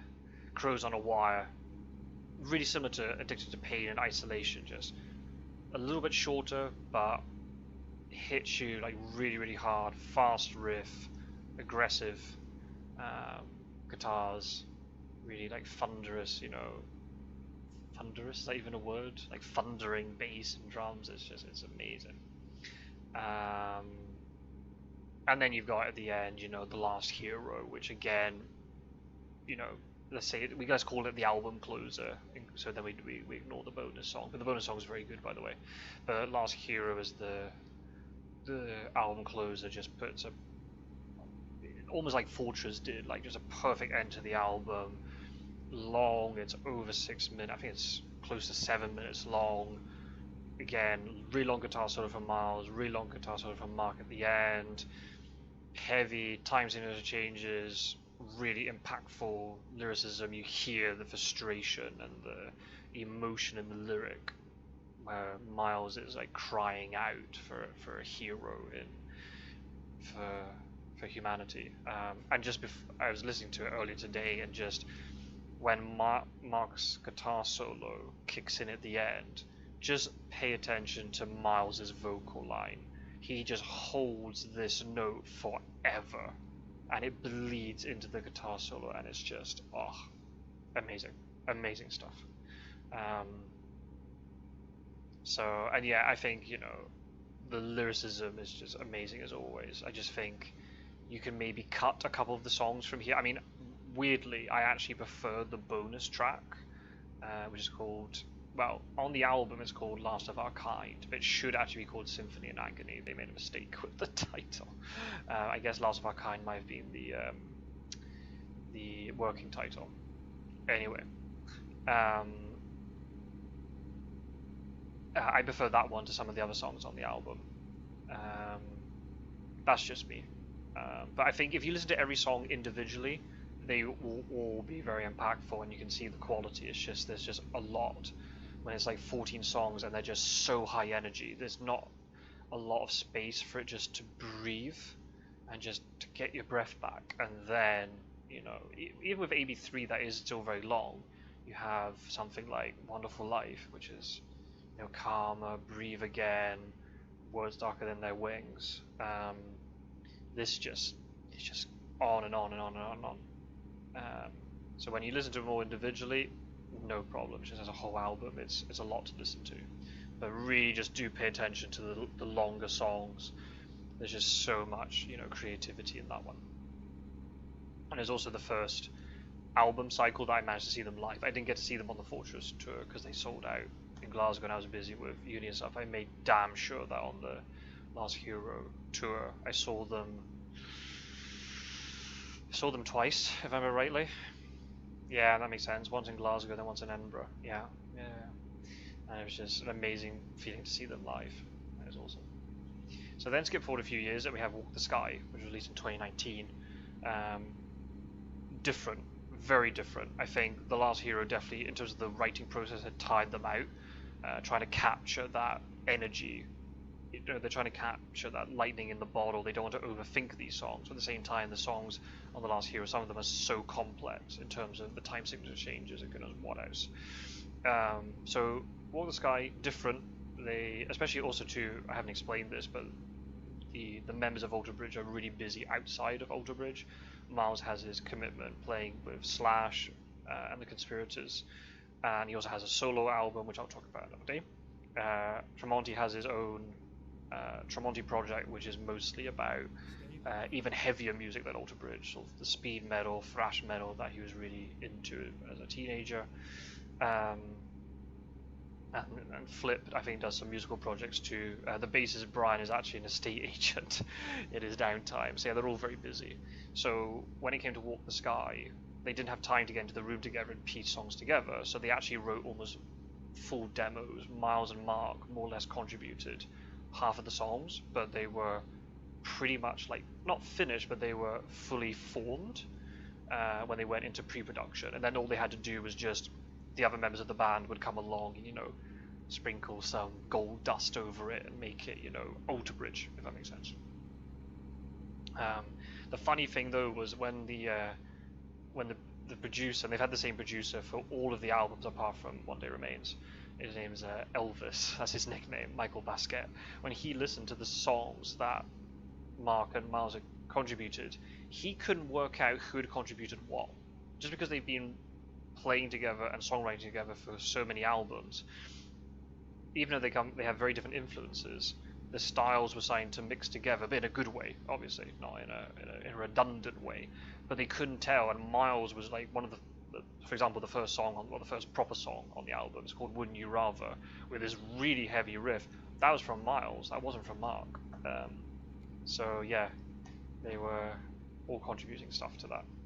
I was going to say Walk the Sky is probably my least favorite of all the albums post One Day Remains, but then I started listening to it again the other day and I was like, oh damn, these songs are so good. I think when I was trying to think of the songs which are on the album, when I did this recording before, I could actually barely remember any of the songs on the album. I couldn't remember the names. It was only then when I was looking for it on Spotify, I was like, oh yeah, good song. A bit of a different vibe. there's a little bit of synthwave and keyboards on this album. I think Mark was inspired by some John Carpenter-esque synthwave, and he would just be starting to try and play riffs to these, you know, synthwave loops. That's not what I wanted to hit. I wanted to just go outside quickly, because in case you're watching, there are some very dark clouds up ahead. Very dramatic stuff. I might take a little screenshot of that, because that might be a good thumbnail. Let's see. So yeah, there's a little bit of synthwave, or even then, the riffs have this sort of like, you know, loop aspect. I know riffs repeat, but you know, it's got a slightly different vibe to it. There's quite a lot of, I was going to say, a little bit more positivity on this album. I mean, yeah, potentially, but still classic Alter Bridge. There's the dark and the light. You know, you got that mixture. Wouldn't You Rather is a nice little short song start off the album. After there's an intro piece called One Life, and then it kicks into Wouldn't You Rather, and it's just basically Miles saying that he wants to live his life by, you know, for love and for creativity and all this, and not just for, as he calls it, riches that burn, right? Don't sell yourself to the devil just to be rich or to have power, because it's not worth it, basically. You got In the Deep, which is kind of a more traditional, like almost classic rock song for Alter Bridge. It's kind of weird, almost like AC/DC-esque. Definitely more positive. I see this song as kind of being like the anti-AB3 album. There's a little bit of spiritual sort of nature in here. I don't know if he's talking to a god in here, or if he's talking to a person. I can't quite work it out, but there's some really nice stuff. I love the little second verse. Now I'm on the spot, I can't remember it.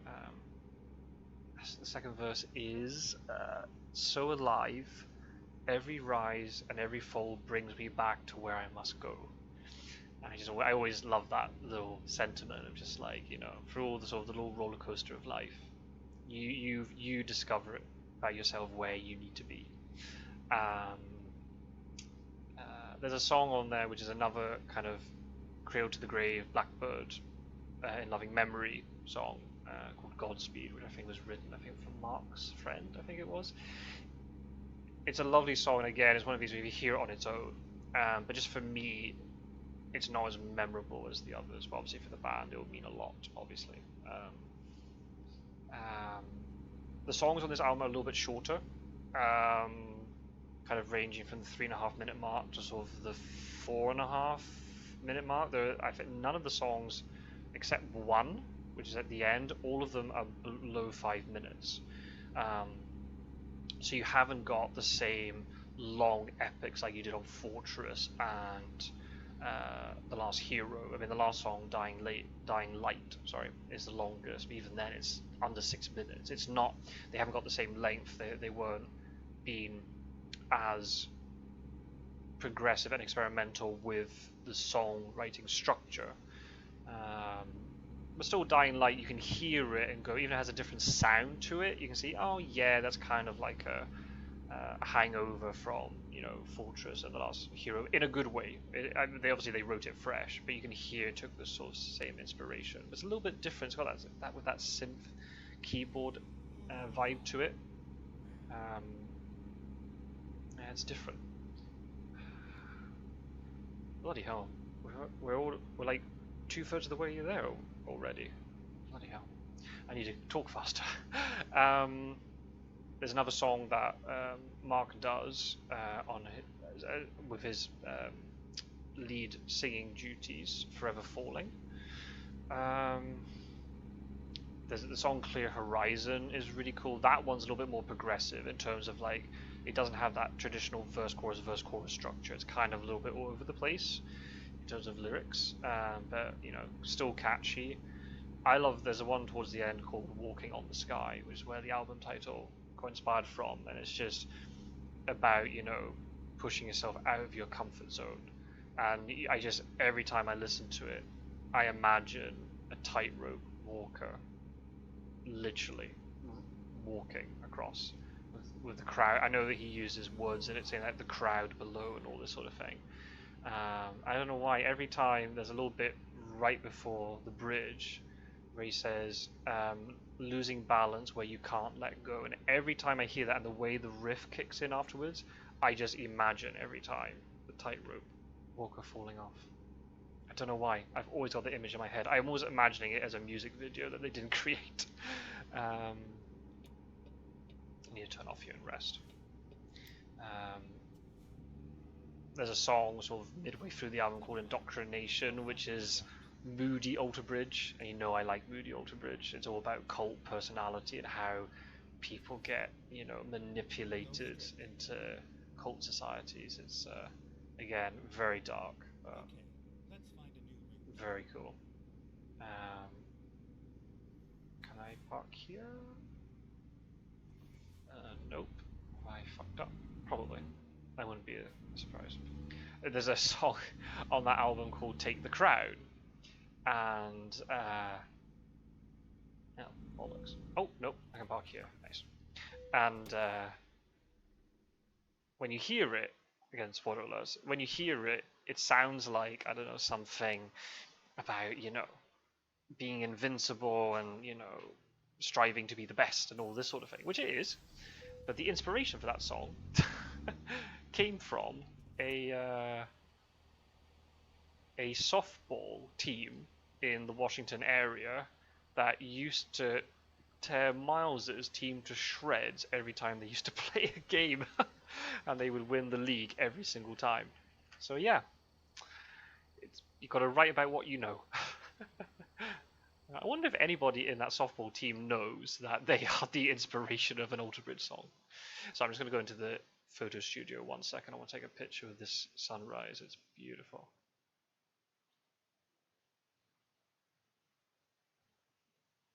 Take one like this. And then I'm going to try and take one. Where's the sunrise? There. Okay, is there a way that I can do this?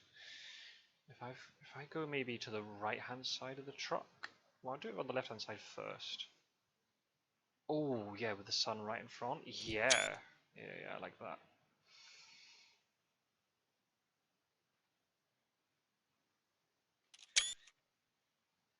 Now we do it from the other side. Try and not get this sign in the way. Get lower down. Not as good. I prefer it on the other side. There's something about the way the shadow. I don't know, just the way the light hits. I don't know. It's nice. Just seeing the sunlight just bouncing off the tank like that. Oh well. We'll go with that. So yeah, again, I listened to it after doing that recording, like 4 hours long, and then I ended up getting ditched. I was like, I should really listen to Walk the Sky again. And I was just really pleasantly surprised by it. I was just like, oh, damn, these songs are good. And that's the thing, because I listened to Walk the Sky so much that I then went back and started listening to their other albums. So then now to listen to it again, I was like, oh yeah, this is really good. But again, the production maybe isn't as clear. It had the same effect as The Last Hero. There's a lot of layering going on. Then you got the keyboards, which is another layer of music on top. It's just, yeah, it's just not as, it's not crystal clear like, you know, like Fortress or AV3. It's not quite the same. It was a bit of a shame, but I like they went with something different. I think it's kind of cool that they went with this synthwave thing. They didn't keep it on the album after that, but it was really nice that they tried it and to do something different, just to push. They're still inside their box, but just, you know, the sound didn't evolve to a ridiculous degree or anything. But it's just still they were trying something a little bit different and just keep it fresh. So they went on tour. This got released in October 2019. You can probably see where I'm going with this conversation. They released this in October 2019. I actually saw them when they did their tour around Europe. I saw them when they were passing through Spain, and then I flew over to Glasgow and I saw them, and that was their last show, I think, was in Glasgow. Then it was Christmas. Then they did their American tour in the spring, and they were supposed to come back to tour Europe again, summer and the autumn. And then that didn't happen, folks. I wonder why. something called the pandemic came along and ruined everything for everybody. So yeah, that basically the tour got shelved, and then by the time the world sort of reopened in that sense, they had moved on to other things. Miles used the pandemic to write his second solo album. Mark, yeah, he wrote an album during that time. So yeah, that was Walk the Sky. That was rather unfortunate. I think that's maybe why too, maybe in terms of fans, it hasn't lasted as long in their memory, just because obviously the touring for everything and all the promotional stuff from that album got cut a bit because of the pandemic. It was a bit of a shame, but they actually then did release during the pandemic. They released a EP called Walk the Sky 2.0, and it had a brand new song that they wrote during the pandemic called Last Rites, and I think live versions of 6 or 7 of the songs from Walk the Sky that they were able to play live during the European and the American tour. I thought it was a really nice thing for them to do. So that was Walk the Sky, and then in 2022 they've released their most recent album, their 7th, which is called Pawns and Kings. And again, because it's still quite new, it's over a year old, but still it's relatively new. I take a lot, especially with Alter Bridge, right? Because these songs are so, I've got such a connection with them. It's going to take time for this album to sort of sit and work out where it's going to be. But I think it's definitely their best album since Fortress. Just in terms of like the production quality and the consistency throughout the whole album, I think it's the best. The production's a little bit different. It feels like they're not using as many layers this time, so it definitely sounds a little bit more like Fortress in that sense. It's not as bombastic as the other two. It's still heavy, obviously, but not in a way that is tiring. And I remember I knew they were working on an album, but I didn't know when the first song was going to be released. I was back in the UK. This was after, because I didn't go back to the UK for like 2.5 years because of the pandemic, more or less. And then when I did go back to the UK during the summer of 2022. I was traveling around, and I suddenly saw that they'd released a song, which is the title track actually. And I started listening to it, and I was just like, okay, this is, classic Alter Bridge with the heavy riff and the, catchy chorus. And then the bridge section kicked in. I was like, oh, this is heavy. Oh, it's going off in time signatures, stop and start riffs and all this sort of thing. And I was like, how are you going to bring this back to the chorus again to finish this song in, to have a total running time of about 4 minutes, more or less. I then looked at my YouTube player, and I hadn't even noticed that the song was 6.5 minutes. And I was like, okay, we're going on a journey. Nice. I can get on board with this. And yeah, so that was really brave of them to release a song as long as that for the promotional single, I thought. But that really shows that they had, they hadn't, they were still going to keep taking chances with their music. And yeah, it's awesome. That song in particular, it's about, not about revolution necessarily, but just, how, the little guys need to fight and try and, topple, the people in power or whatnot, if the people in power are taking the piss, which, to be honest, at the moment, they kind of are. So, again, that's a little bit political.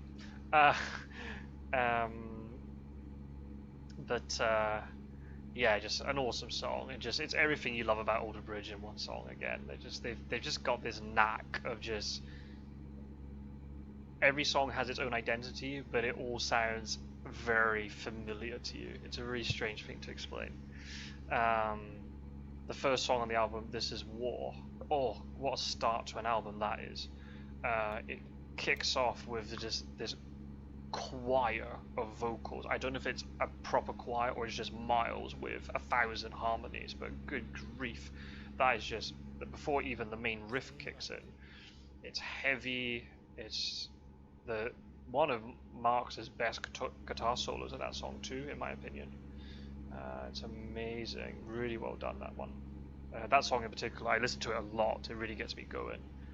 It's a song about, you know, the again when you see the title, you think, oh no, is it being inspired by conflicts which are happening in the world? But it's actually about internal. There we go. Let me get my words right.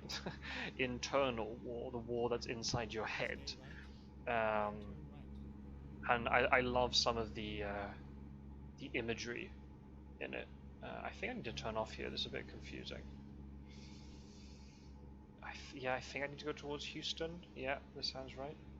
Stay left. Sure. Spot on. Yeah, about the internal war inside your head, and just some of the lyricism in terms of, like, you know, these bad thoughts in your head. They're like brooding vipers, and they're ready to storm the castle from the inside. It just has this amazing imagery. So you've got that. You've got Dead Among the Living, which is kind of about how, you know, people who just sort of like are sleepwalking through life. They're not taking advantage of every day. And then the third song, Silver Tongue, I think that was probably the main promotional single for the album in terms of, like, it had like a proper like animated music. I mean, the Pawns and Kings had a music video with lyrics, but Silver Tongue had a little bit more production in terms of it had a story in the music video. And it's, again, kind of similar to Indoctrination. It's about cult personality and cult societies and all this sort of thing, and how, you know, you're under the spell of the Silver Tongue, of whoever it is who's manipulating you. That wasn't a song when I first listened. I mean, I liked it when I first listened to it, but it didn't grab me necessarily. I was more, and I still am, I love This Is War and Dead Among the Living more than that. But when I saw them live, when they were doing the European tour promoting the album, and I went to the sound check and I heard them play Silver Tongue, I just knew it was going to be a massive one live. You can just tell it has that energy, like Addicted to Pain and Isolation. It has the energy. It was built to be played live, and it's very, very good. The good thing about this album is it's only 10 songs and there's no bonus tracks at all, so it's probably one of their it's probably their shortest album. Maybe One Day Remains is similar, but they decided that they were just going to have 10 really good songs and just leave it as that. And you see that too when Miles did he's still doing it, the project with Slash and the Conspirators. They had an album, World on Fire, that has 17 songs on it, which, again, amazing album. But then with the later ones, they were like, let's just do 10 or 11, and we make those 10 and 11 like flawless. We'll do it that way. And I guess it depends on what you want from your music, right? When I was younger, look at me, like I'm an old man. But, you know, when I first started listening to music, I just loved to listen to as much as possible. So if they said 17-song album, heck yes. But then I think over time, you know, there's nothing wrong with having a couple of songs fewer, but then it's more memorable. It just depends. It depends on what it is you're going for. Mark has another lead vocal song with Stay. There's a little, like, very not really Alter Bridge song after that called Holiday. That feels more like a Slash song rather than a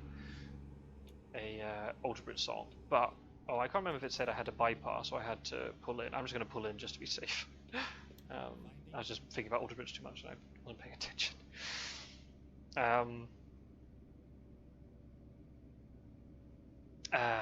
Look, I don't know what I was talking about. Oh, what? Oh, I think I was supposed to bypass because there's no symbol here. Yeah, I got a feeling I was supposed to bypass. Never mind.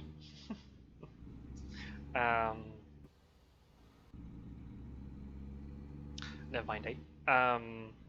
Yeah, Holiday. Yeah, not really Alter Bridge. Just in terms of like the theme, and it's just literally Miles just saying he needs a holiday. But again, you can interpret it in slightly darker ways. You know, people who take advantage of other people, and just the person who's speaking just like, I need a break from all this. Just stop and leave me be for a bit. But then we have, after that, Alter Bridge's longest song to date, which is called Fable of the Silent Sun. Almost sounds like it could be an Iron Maiden track, right? It's like Seventh Son of a Seventh Son. Anybody? But yeah, over 8 minutes long, and I think again that was a real thing. Obviously, you can imagine in interviews, everyone was asking about it. So like, oh, it's longer than Blackbird, blah blah blah, right? And again, I don't know. It's because I like so many of the other songs that I've kind of ignored this one, or maybe it doesn't feel the same to me. But yeah, it hasn't caught, that song in particular hasn't caught on as much as I'd expect it to. Don't get me wrong, I listen to it and I love it, but yeah, it hasn't stuck in the same way. But still, like, I'm really happy that they were willing to go to that place, right? Because even though they've done amazing long songs like The Last Hero and Fortress and Cry for Achilles and stuff, they've never gone beyond the length of Blackbird. But they went there. And I know them, you know, the way that they write music and stuff, and the way they talk about it. They wouldn't be writing an 8-minute plus song for the sake of it. They did it for the song's sake. It wasn't because they just wanted to, you know.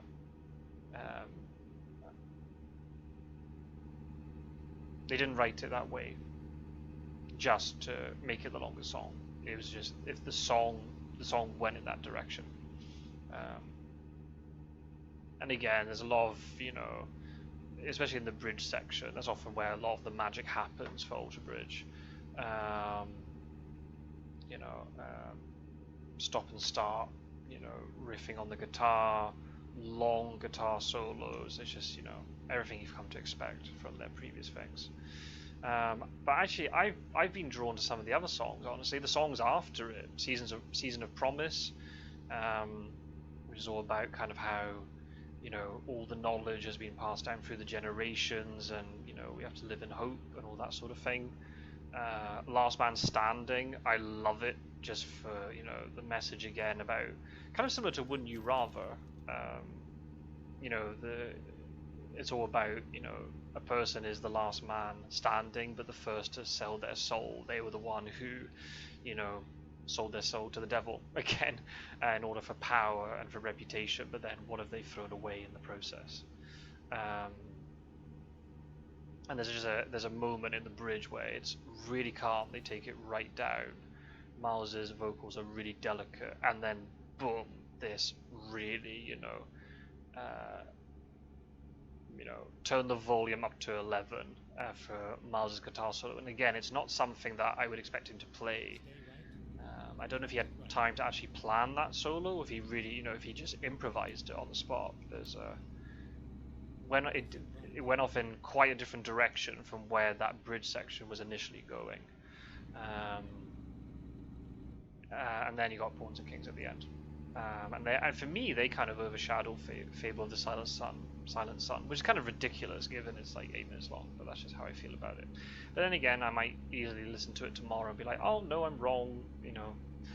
That's the great thing about music, your opinions are going to shift with time, right? So here we are, we're arriving into Corpus Christi. That's a lot of industry going on over there. It's like an oil refinery or something. I don't know anything about Texas, I don't know if that's a thing. I assume it is. I am assuming that the good folk at SCS have done the job properly. So then very quickly, before we park up, I guess we could quickly talk about live albums. There are 4 to date.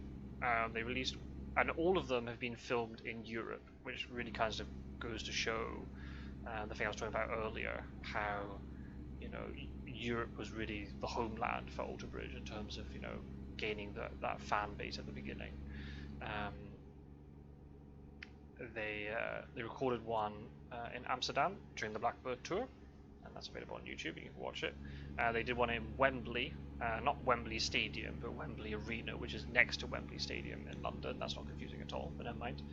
And then they did one on the Last Hero tour called Live from the O2, which is a London arena as well. And also with that album, there is a disc of bonus songs. Quite a lot of them have never been released. The ones from One Day Remains and Blackbird are quite rare, so they're on there too.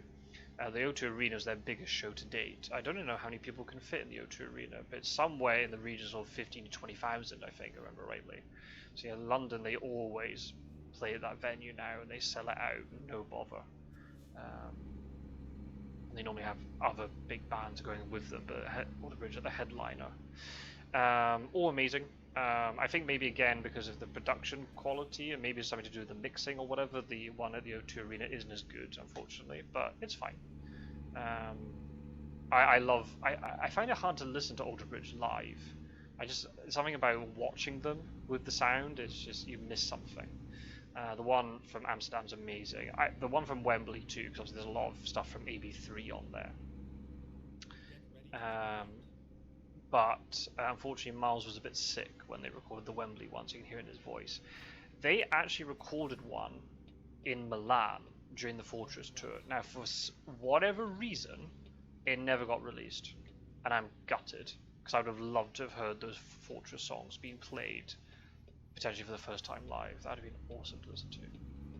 But the most important live album for me is the one that they did from the Royal Albert Hall. Now, if you don't know what that is, that's a very famous concert venue in London. Kind of the place you would expect to go and see maybe some opera or classical music, and maybe now more recently blues and all that sort of thing.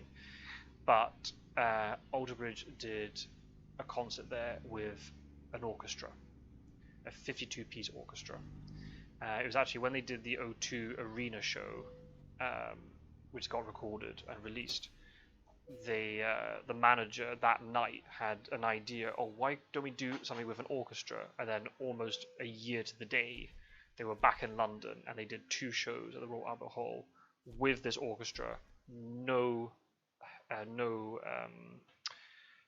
opening act, only Alter Bridge, and it was a really long set list that they did. I can try and look it up now, especially since we just finished that job.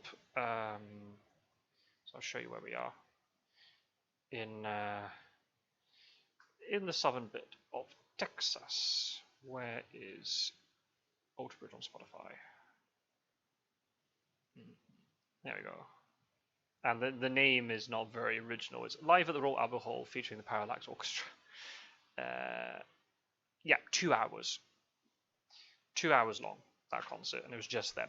And they also had an interval, and goodness what else. And the DVD is longer. They released it as on vinyl, on CD, on Spotify, and there's a film. And most of it's the concert, but then especially during the sort of the beginning bit of the film, they have an interview with all the different members of the band, and also showing them meeting the orchestra for the first time and practicing and all this sort of thing. It was a really good watch. But oh man, it was unreal. It's so good. And basically, you can imagine 21 songs after over 2 hours. A lot of the long epic songs are on that. So at this point, Walk the Sky and Pawns and Kings hadn't been released, but they were playing things like Fortress. Cry of Achilles they normally play anyway, but they normally played Fortress, The Last Hero, This Side of Fate, and then a lot of the songs from the first album as well, all over the place. All during, I think the discography was pretty evenly, represented on that live show, and with just that extra sound of the orchestra behind it, damn, it's so good to listen to. I need to actually watch it. It's been a long time since I've watched it. I need to book some time out during a weekend and watch it. It's awesome. So that's pretty much it, folks. Oh yeah, on that live show from the Royal Albert Hall, I don't know if I said it in the second part or not, but I'll say it now just in case. You'll see them perform Words Darker Than Their Wings for the first time. And Miles does an amazing job. That's all I'll say. It's on YouTube, so it's actually released fully. Like the band actually released it as a song. So if you're interested, check out Words Darker Than Their Wings from the Royal Albert Hall. There are 4 songs that have been released on YouTube from it, so go and check it out. They are amazing to see. Anyway, so folks, finished the drive. That was actually a really quick drive. How on earth was that? That was like an hour for that recording. I don't know how the previous one took an hour and a half. Well, there were some bits which were slower. I don't know. Anyway, we're in Corpus Christi. 900 miles just flew past talking about Alter Bridge. So now I've spoken about Alter Bridge for the best part of, I don't know, 2.5 hours. I won't talk about them anymore for a bit. But if any of you are interested and you wanted to listen to Alter Bridge, then I'm really happy that's the case. Anyway, so I think I'm gonna, since we made it to Corpus Christi and it's like 3.5 hours more or less, I'm gonna stop this video here. And yeah, I don't know where we're gonna go in the next one. I don't even know if we're gonna be playing ATS, will we be playing ETS, will we play something different? Who knows? But I'll probably stick with ATS, to be honest. Now I've got it working, I should really, I should really just keep playing it for a bit. But I'll go and show you the truck as the closing shot to this video. Oh, there's a train going past too. Anyway, so here we are in Corpus Christi. So, thank you everybody for watching. Thank you for putting up with me just rambling about my favourite band. Is this what you'd call entertainment? I don't know, but hopefully it has. And yeah, apologies for not being extremely imaginative with the way I was describing their songs. If I'm writing, then I'll have more time to think about what I'm going to say. I should have known what I was going to say, given I've done that recording about twice already, but no, I'll blame it on tiredness and nothing else. So yeah, apologies again for the late uploading of this episode, but hopefully it's made up for it, and it looks like OBS is behaving itself now. We didn't have much lag. We had a little bit of lag during this part, I don't know if you noticed, but it seems to be working more or less fine. So I think the problems I had have been solved. So fingers crossed it stays that way.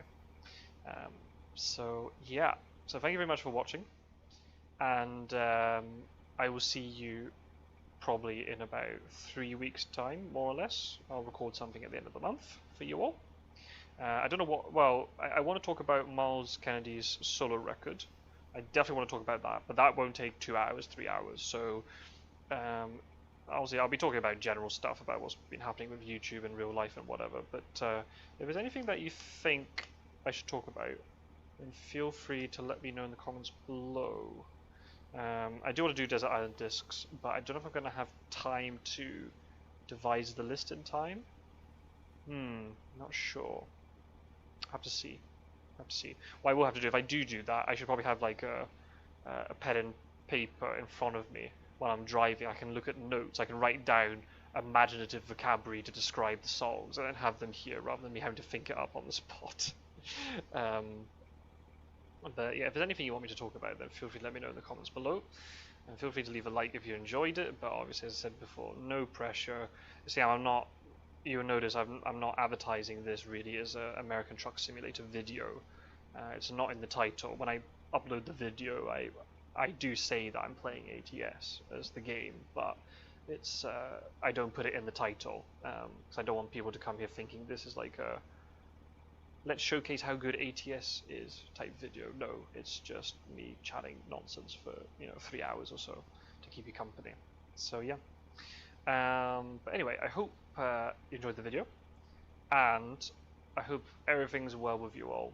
And if it's not, then I hope everything gets better soon, and you can do it. Whatever it is, I'm sure you can. You'll get through it. I must admit, today I was in quite a foul mood before I went to work, but now I'm feeling much better. Looking forward to bed, but I'm feeling much better. So, take care, everybody. Appreciate you all for tuning in, and I'll see you in the next episode very, very soon. Take care, everybody.